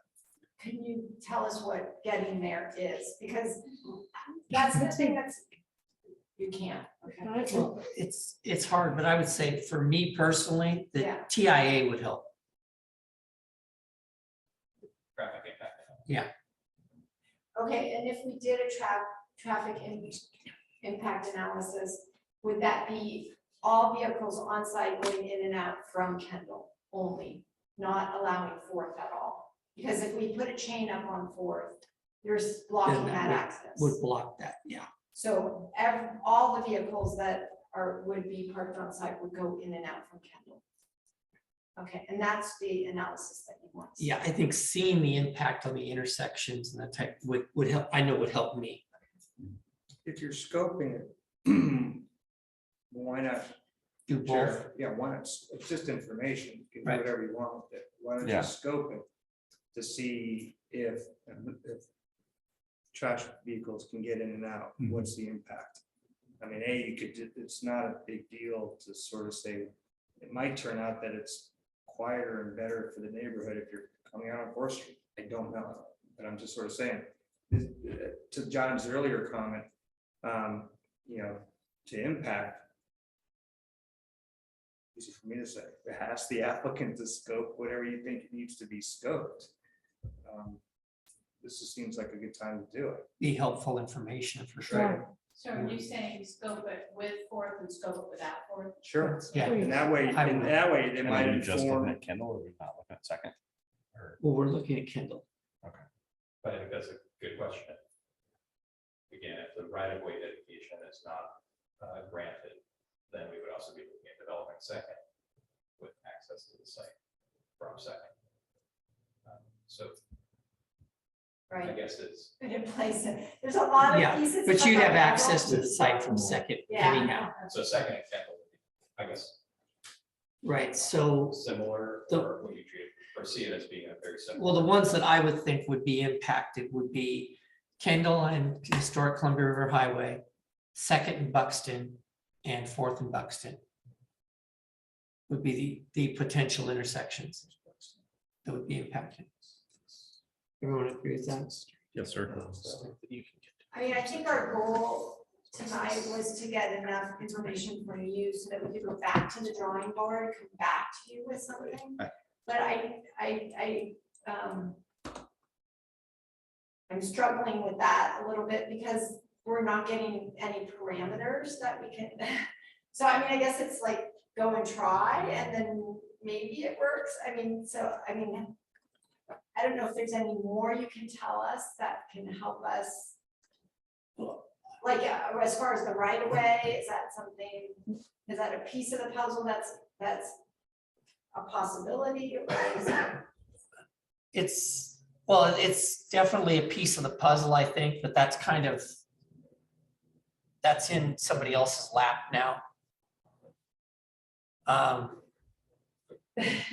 And I'm not sure, we made a recommendation on that based on what we had at the time. Right, And so I'm not totally sure what they're doing, but I know that would impact the development. I get that. yeah, I think. Do you need that? Do you need to know that before Yes. you do anything? Yeah. Okay. I got the sense that I don't know if the speaker is not here, but that depending on some of the resolutions that we were able to get to tonight, that there was a door open to considering the vacation if that was needed, but that was just my sense. I mean, I could be reading it wrong, but What I heard from city council is that they rely on planning commission and the recommendation that you made. Okay. So, Is you it safe, guys said no. is it safe to say that if you can, and I'm not sure I heard you make this case, but by not putting in that cul-de-sac on Second and not dedicating his right away, vacating, that's gonna semi-significantly ameliorate the parking concern. I mean, if I'm trying to read you a little bit, but that, okay, well then maybe we should reconsider street vacation and endorse it.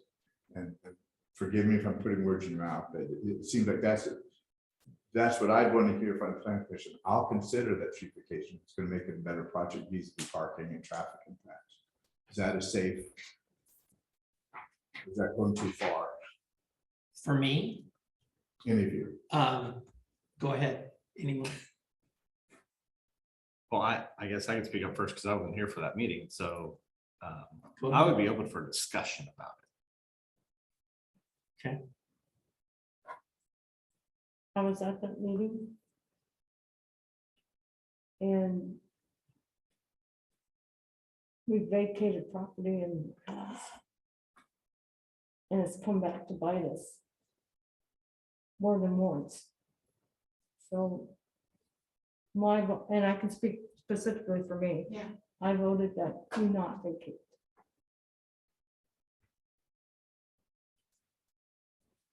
And that was because it has come back. I and bit us. appreciate that. Yeah. I really appreciate that.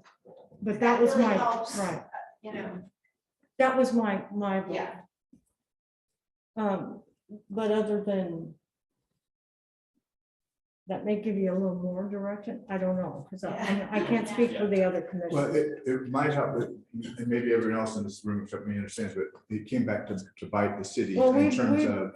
we vacated property before and then we turned around and had to have it. And once it's been in it, a good example was the outlet mall. Yes.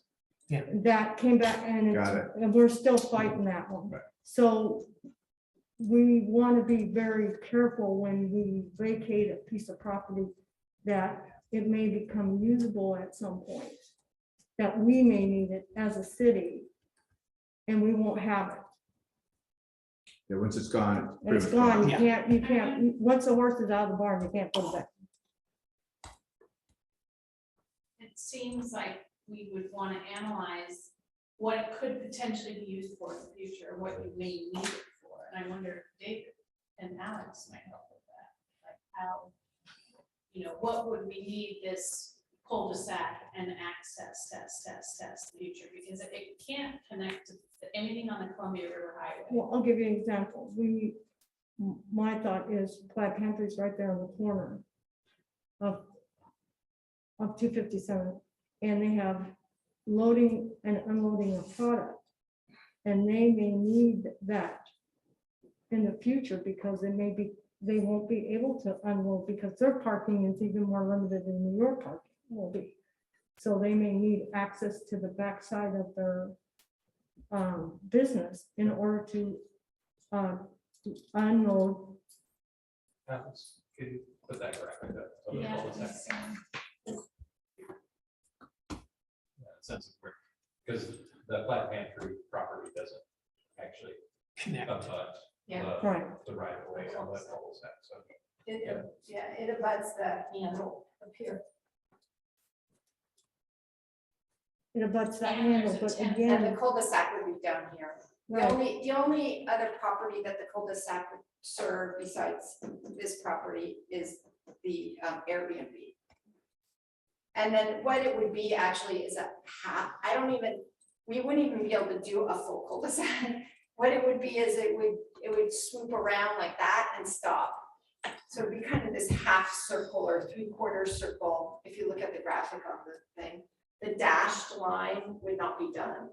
So, and then that adjacent lot where the Airbnb is would have to be done at some point by that landowner whenever they were asked for a conditional use or something. Initially, the Plaid Pantry lot is about 10 feet below that property line. So we can't drive down to it. Well, and I think I brought this up last time, Sharon, at council last night, if you watched, and there is an issue from my perspective of what the criteria we're asking the applicant to apply in terms of that street vacation.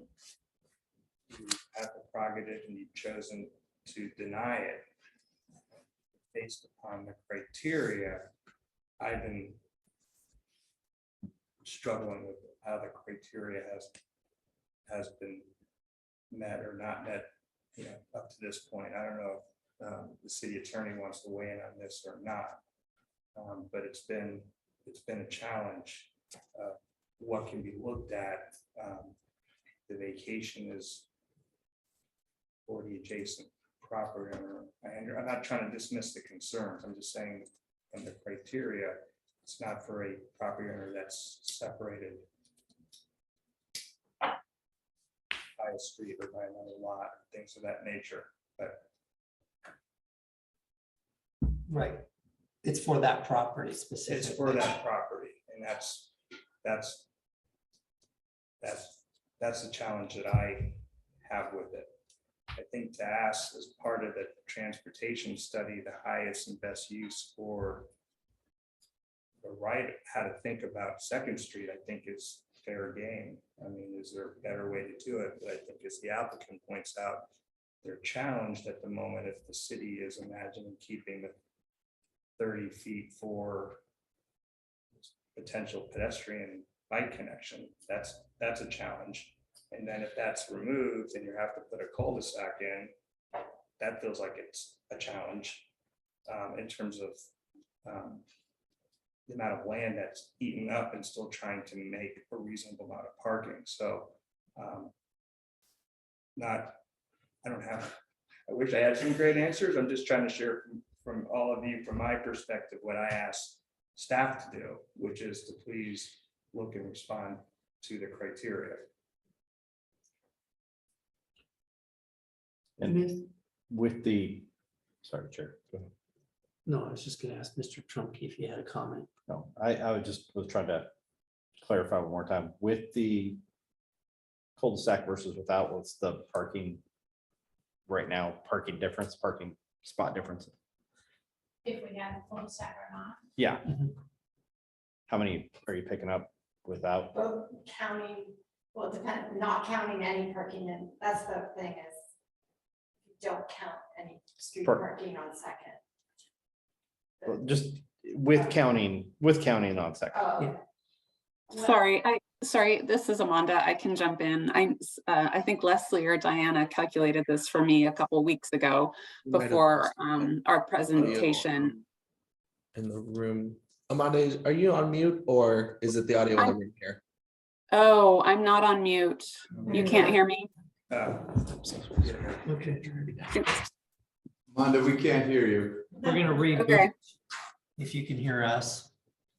I can hear you.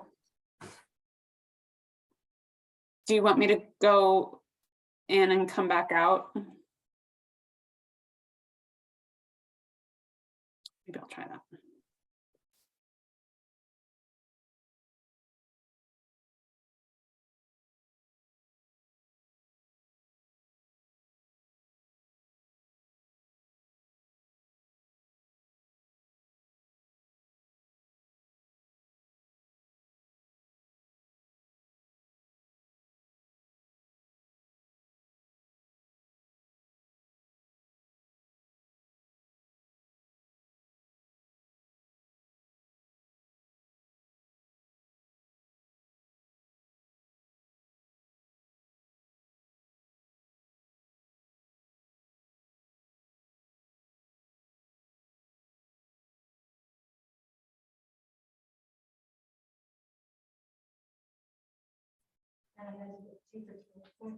So again, I had to pay a parking ticket in order to take my mom to the doctor.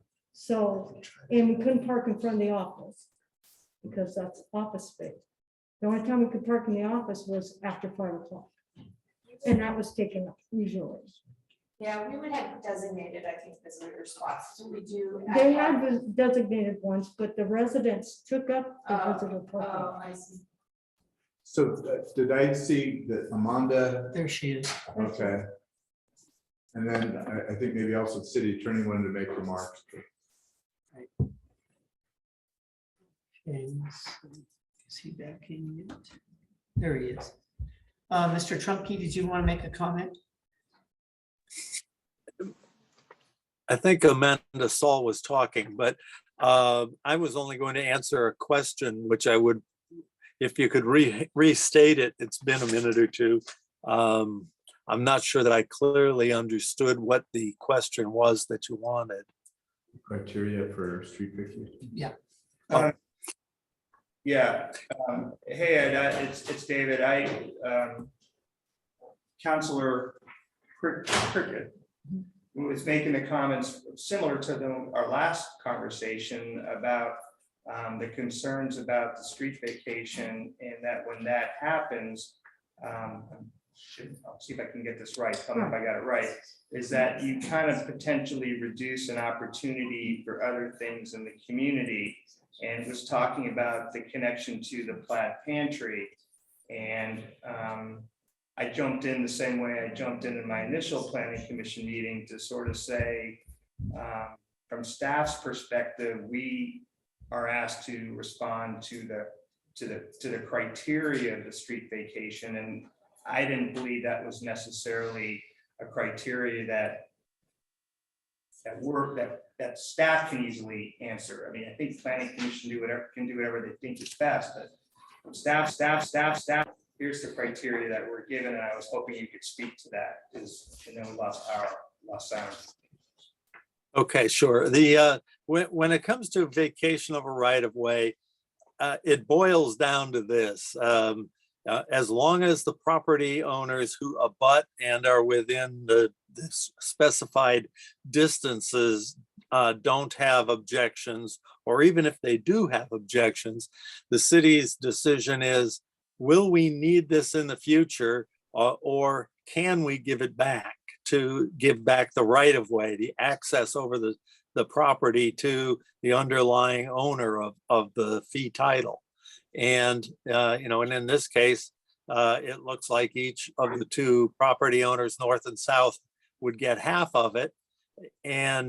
But even if the city decides that, yes, we can, it's still a question of, do we want to? There's no mandate that it happen. It's a policy choice. It's a balancing.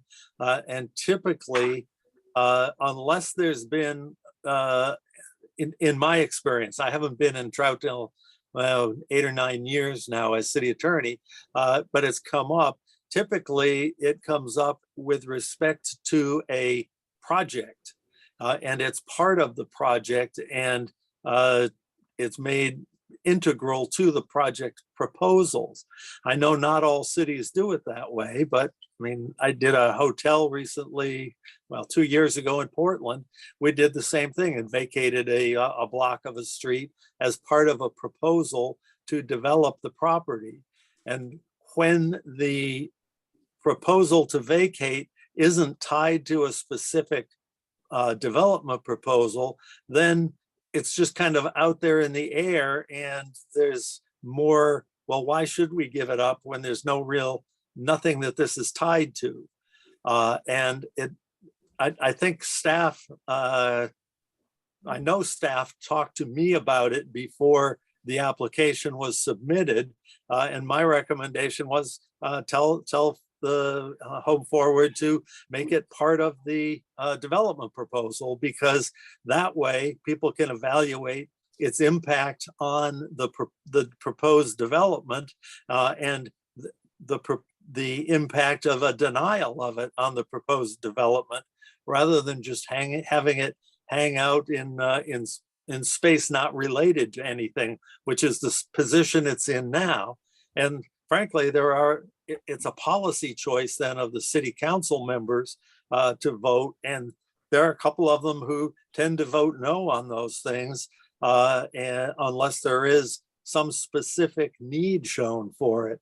So in that respect, I think there's been just a failure to communicate well with between city and Home Forward, just that didn't get communicated well at the get-go. And so and the other possibility is you can always ask for an adjustment or a variance on that bulb shape to say, no, the right of way can sit there and it can be the kids' playground for all anybody cares. It doesn't those kinds of questions can be addressed adequately. I have no idea whether what I said has any relation to reality. I was just throwing that out as an idea about the kinds of things that get talked about when the two are linked together as one project, which they really are. So it's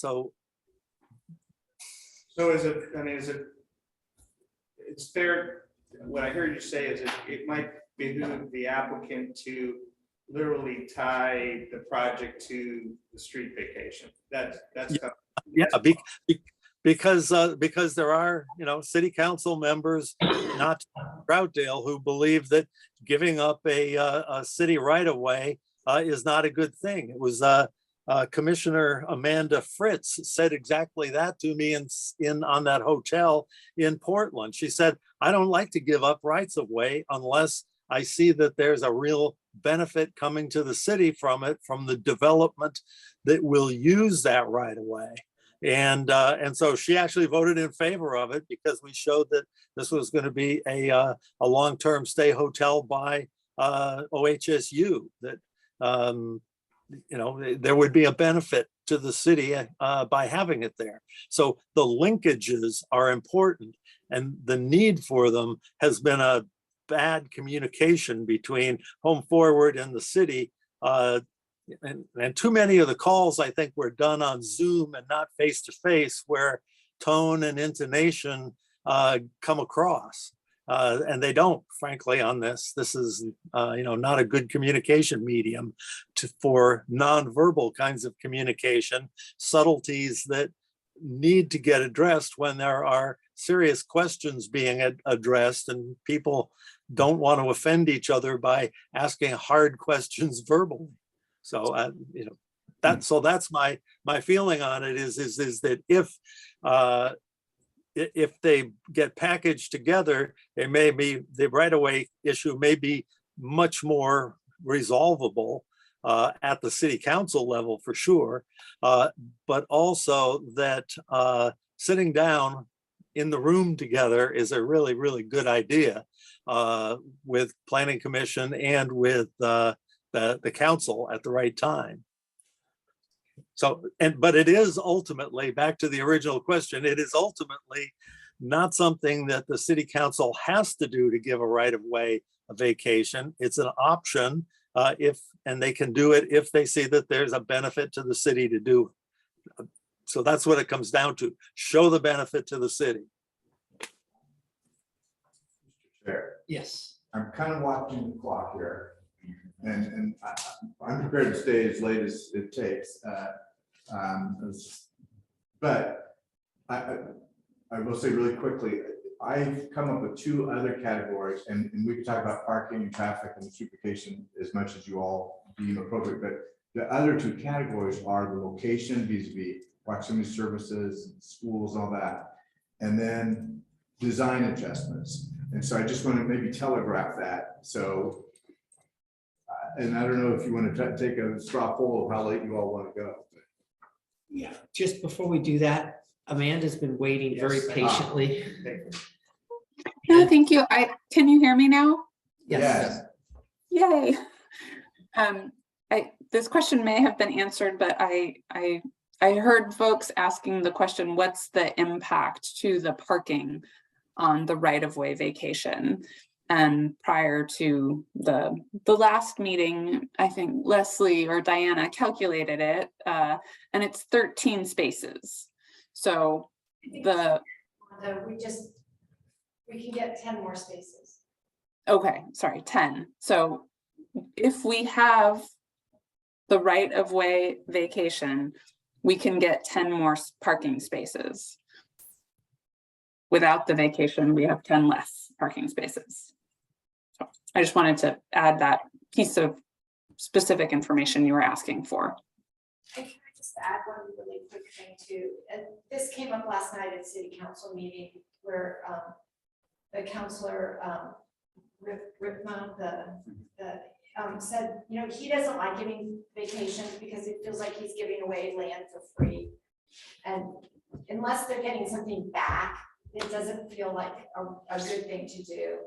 And I'm just back to the whole idea of the park and the playground. We can make a nicer playground, but better park and everything. If we're able to put that parking additional 10 spaces in there without squeezing down that playground. And so it's kind of in a way giving that back to the community as far as that nice park that we showed the visual of, that nice playground. And It's also allowing, or it's the opportunity for that easement. Also for the bridge for crossing. the bridge crossing in the future. So Home Forward's giving easement on their property to allow for that. And originally, we proposed providing the pedestrian path from Second to be set on the other side of the right. Oh, yeah, we could build a path. So it increases the pedestrian.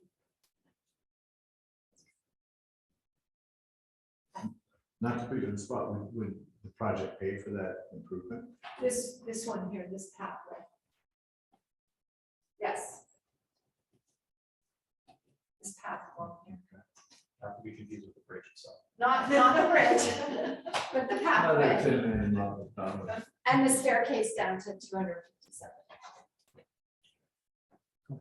Well, just maybe if you want to do a time check, but, and you may have other topics, but in reviewing the record, the other two big categories were concerns about location, and we could get into the weeds there, and then the other one was the design adjustments, and I perceive that those were a little bit secondary compared to the parking issue. Parking structure is the foremost, but so I don't know if you want to continue to talk about parking or wrap it up and then move on to location.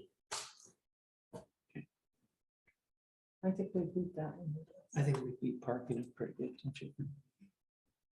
Well, I just heard the applicant say they could leave it the way it is instead of squeezing down parks, but could you added 10 more spots? but Yeah. Can you, so what does that take your parking, with 10 more spots, what would that take your parking spots to? What, I'm not I sure think what the chart 10 I'm more is looking- in that total already.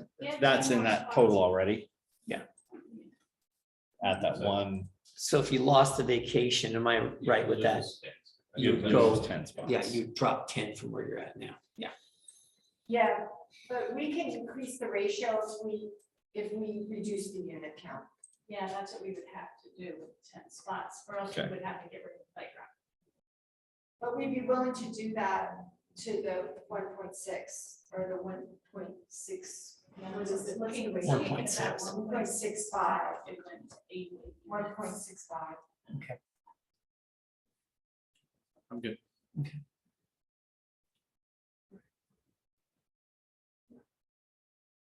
It's been a long night.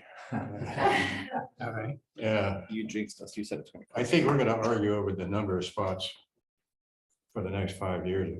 Could be doing accomplish something now. And I think we should start with the number 2. 2 parking spots per unit. And work down from there. Yeah.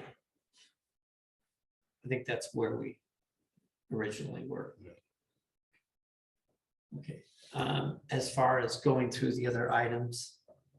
And I don't want to preclude, you may have something outside of my understanding, but the next item I will suggest is the location. Proximity to grocery store, maybe schools, to transit. I think the team has already made remarks on that issue, but if we. There's not a lot we can do about Yeah, right, do you guys want to take that up tonight, or you want to take it up, I guess, another time? That's what I'm trying to discern from you guys. I think we've already kind of beat that one to death as well. haven't we? I don't think it's gonna affect.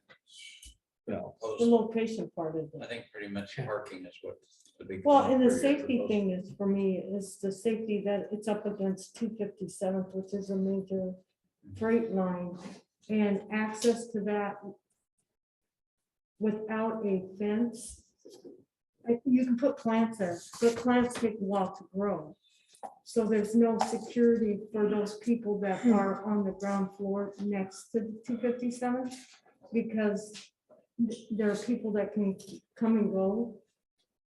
Their cars will be there, so there's no actual security for those, for wanting to park there.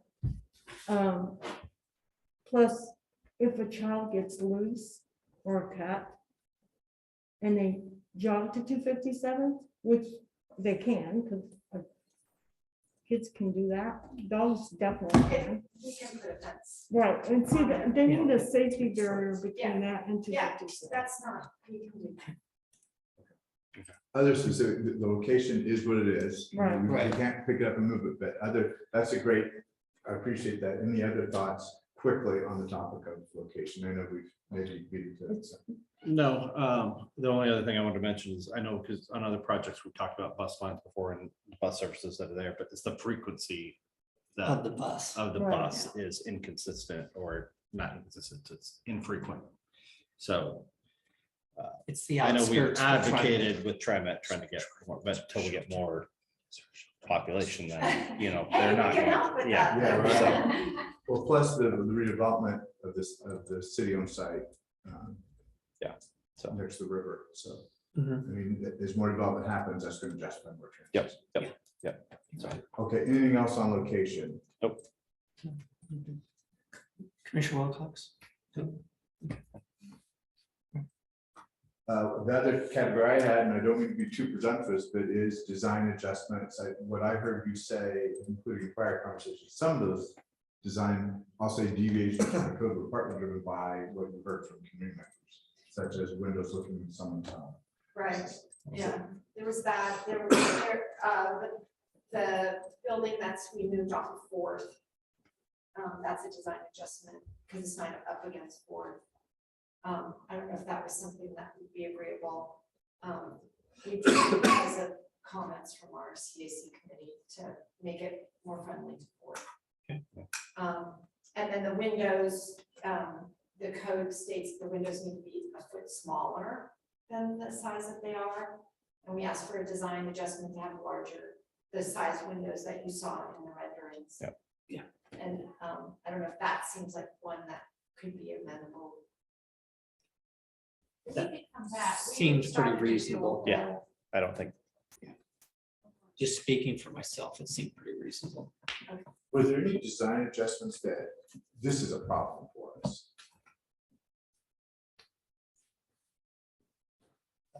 Just agreeing with Commissioner Prickett, it was more that 257 fencing. That's a lot, That that's a was large the hill. biggest issue there. That, Okay. and, Safety. yeah. Safety. With like, yeah. We're happy to walk through the adjustments in detail too. At a different time. Yeah, when we come back. We We'll- were we'll be preparing on for it. that. Okay. Are you open to different colors? Yeah, okay. I just don't like that. It's actually navy blue. It's not Yeah. pretty. Oh, is it? Never would know that. The paint was cheaper. No, I just. Yeah, something that blends in a little bit better. with nature. That's Colors. Like a green.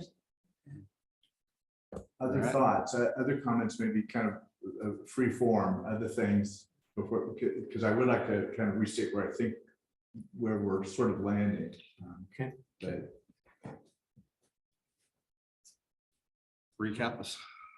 what's that? I said recap ahead. us. Recap, okay, well, I'll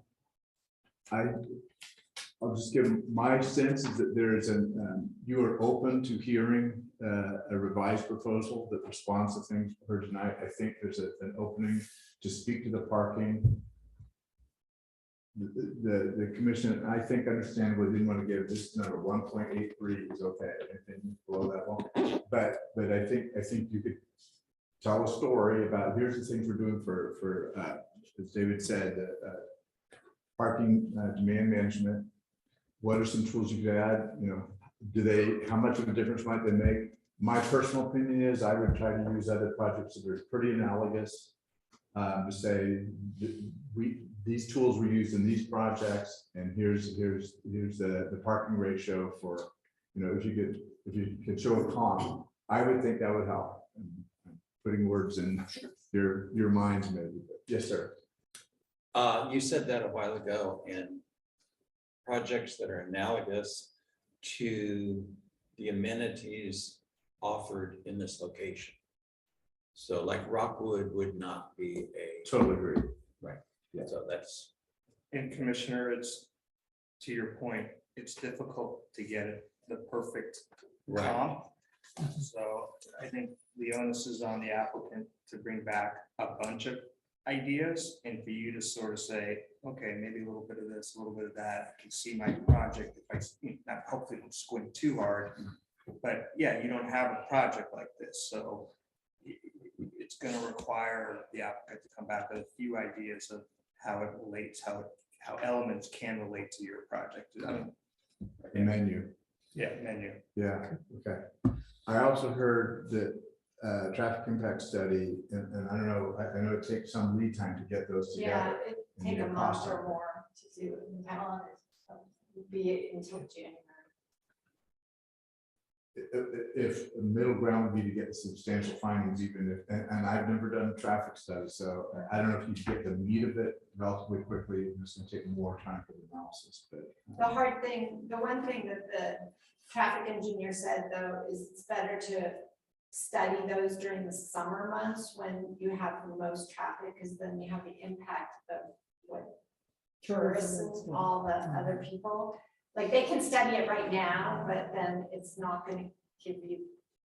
It's not. Do you see what Right, I'm I saying? understand, because now they have the Multnomah Falls in the corridor is restricted to, you have to have a time, and you can take a bus now, and you Yeah. can, so there's a But whole nother I mean, he issue. can, I think they can speculate kind of thing, and he did an initial kind of work on some of those intersections, so maybe he can base it off of that. With the generation. Yeah. I didn't take copious notes being standing, but I think, again, I want to reiterate that my sense is that the planning commission, all of these would welcome a new submittal that responds to these things, that makes a case for a somewhat enhanced parking ratio, and none of us want to give a magic number to that. The response to that, there's issues of the traffic analysis, the fencing to protect people from a very busy street, 257. The issues around, the intersections that the traffic study would look at, impact on the downtown businesses. Yeah, go ahead. When you say submittal, we wouldn't want to do a full land use submittal on something that we're not sure. So is it possible to send you, like, go back to the drawing board and then in a couple weeks or so send you, like, hey, we added a fence, we added the gate on the thing, we reduced the unit count, added more parking, and send that to you for you to look at and comment back? Is that amenable to? Can we do that? I don't think we can. I don't, go ahead, Alex. I don't think so. I think the most easiest way would kind of be to do something similar to what we're doing tonight in a workshop to provide that information to you guys. And it certainly we can have it sent with your packet. So you have, the few days of the week and then the weekend to look over what they've submitted and then have another workshop. I think that probably is the easiest way And to that way do the that. public can see what You're seeing. what we both are doing. Just to clarify the next step, as we talked about traffic impact analysis, would we want that to be part of this follow-up? It would obviously, based on the conversation. That data, When yeah. when we submit a new land use application, it would be certainly part of that, but we'd like to see it as part of the. Yeah, follow-up it'd be to the helpful, session. I think. So your next meeting on December 14th? Yes. Okay. So do you think that gives you sufficient, I assume you have a packet and goes out about a week in advance, or? So something that at a sketch level responds to what you've heard. I think the design piece, I think that's the idea they asked about. The traffic, yeah, it probably won't be the full thing, but we could maybe get something to you. Well, I think something to be helpful. Yeah, Okay. even if it's a high level view, something is better than that. Yes. And there's a recording too. I don't know if you want to Yeah, review it.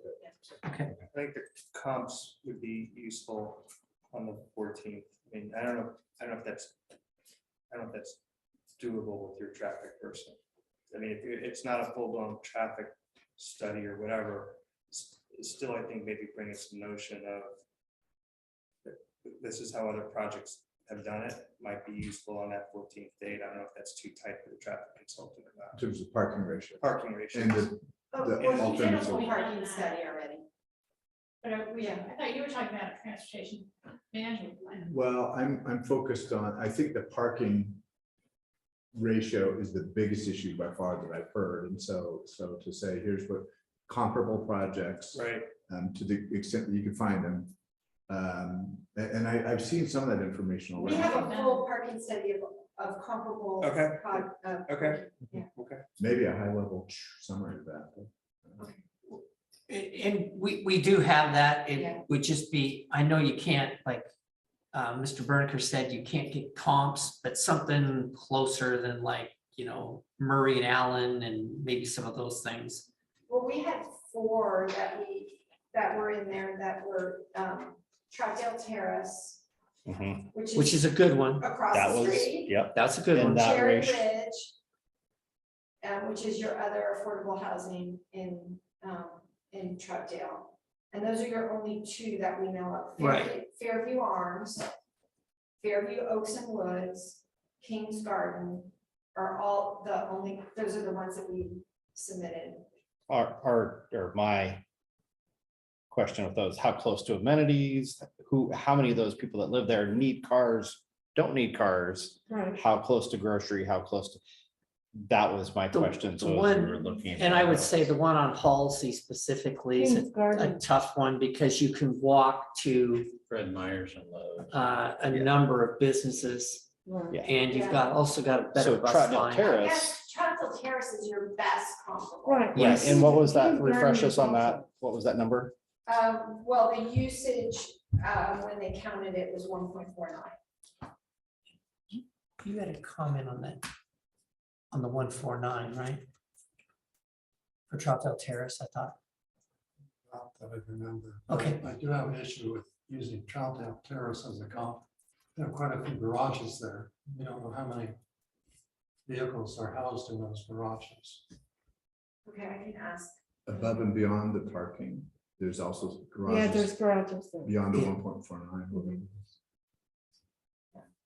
I don't know. I know a lot of people use those for storage. Yeah, a lot of people use it for storage. But My point exactly.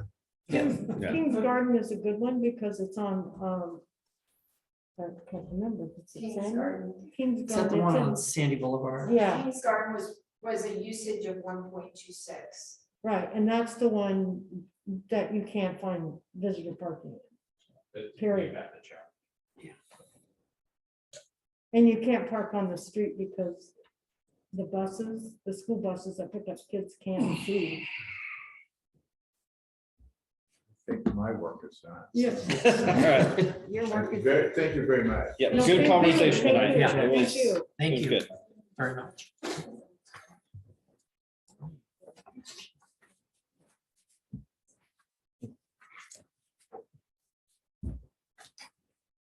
Okay, moving right along. Thank you all. Thank you. Yeah. Thank you. Thanks. You guys are up. Thank you. Are Thank are you. we, sorry, are we? Yeah, have a great Bye. evening. Thanks, Ed. I don't have anything. Staff communication. Oh, my gosh, okay. Really? You guys are easy. All right, Commissioner Leamy. Okay. Commissioner Wilcox. I have one. I Okay. want to thank Department of Public Works. We have a storm drain in front of our driveway and we keep the leaves out of it. And my husband called because of the storm drain, and they were out there like within 10 minutes. To clear it out. So I want to thank them. Huh? Well, you are, you guys are great. Because they actually came out and they didn't, we couldn't, my husband couldn't figure out why I wrote the thing because there were no leaks. Yes. You called and they came. Thank you. Yeah. That's all I have to say.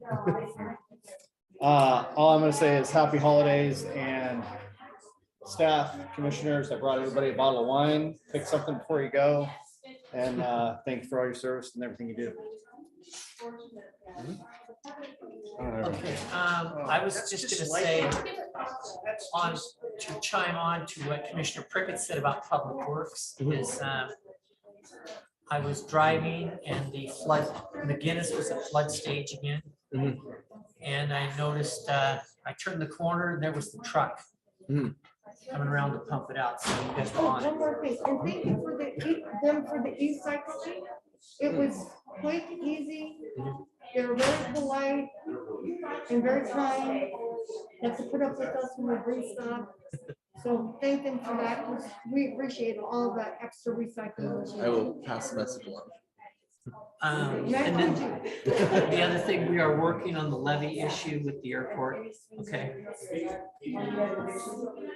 Getting that addressed with the trail and the height and those things. So just want, I'm on it as much as I can. Appreciate it. Okay. All right. All right, Chair, I make a motion, we adjourn tonight's evening.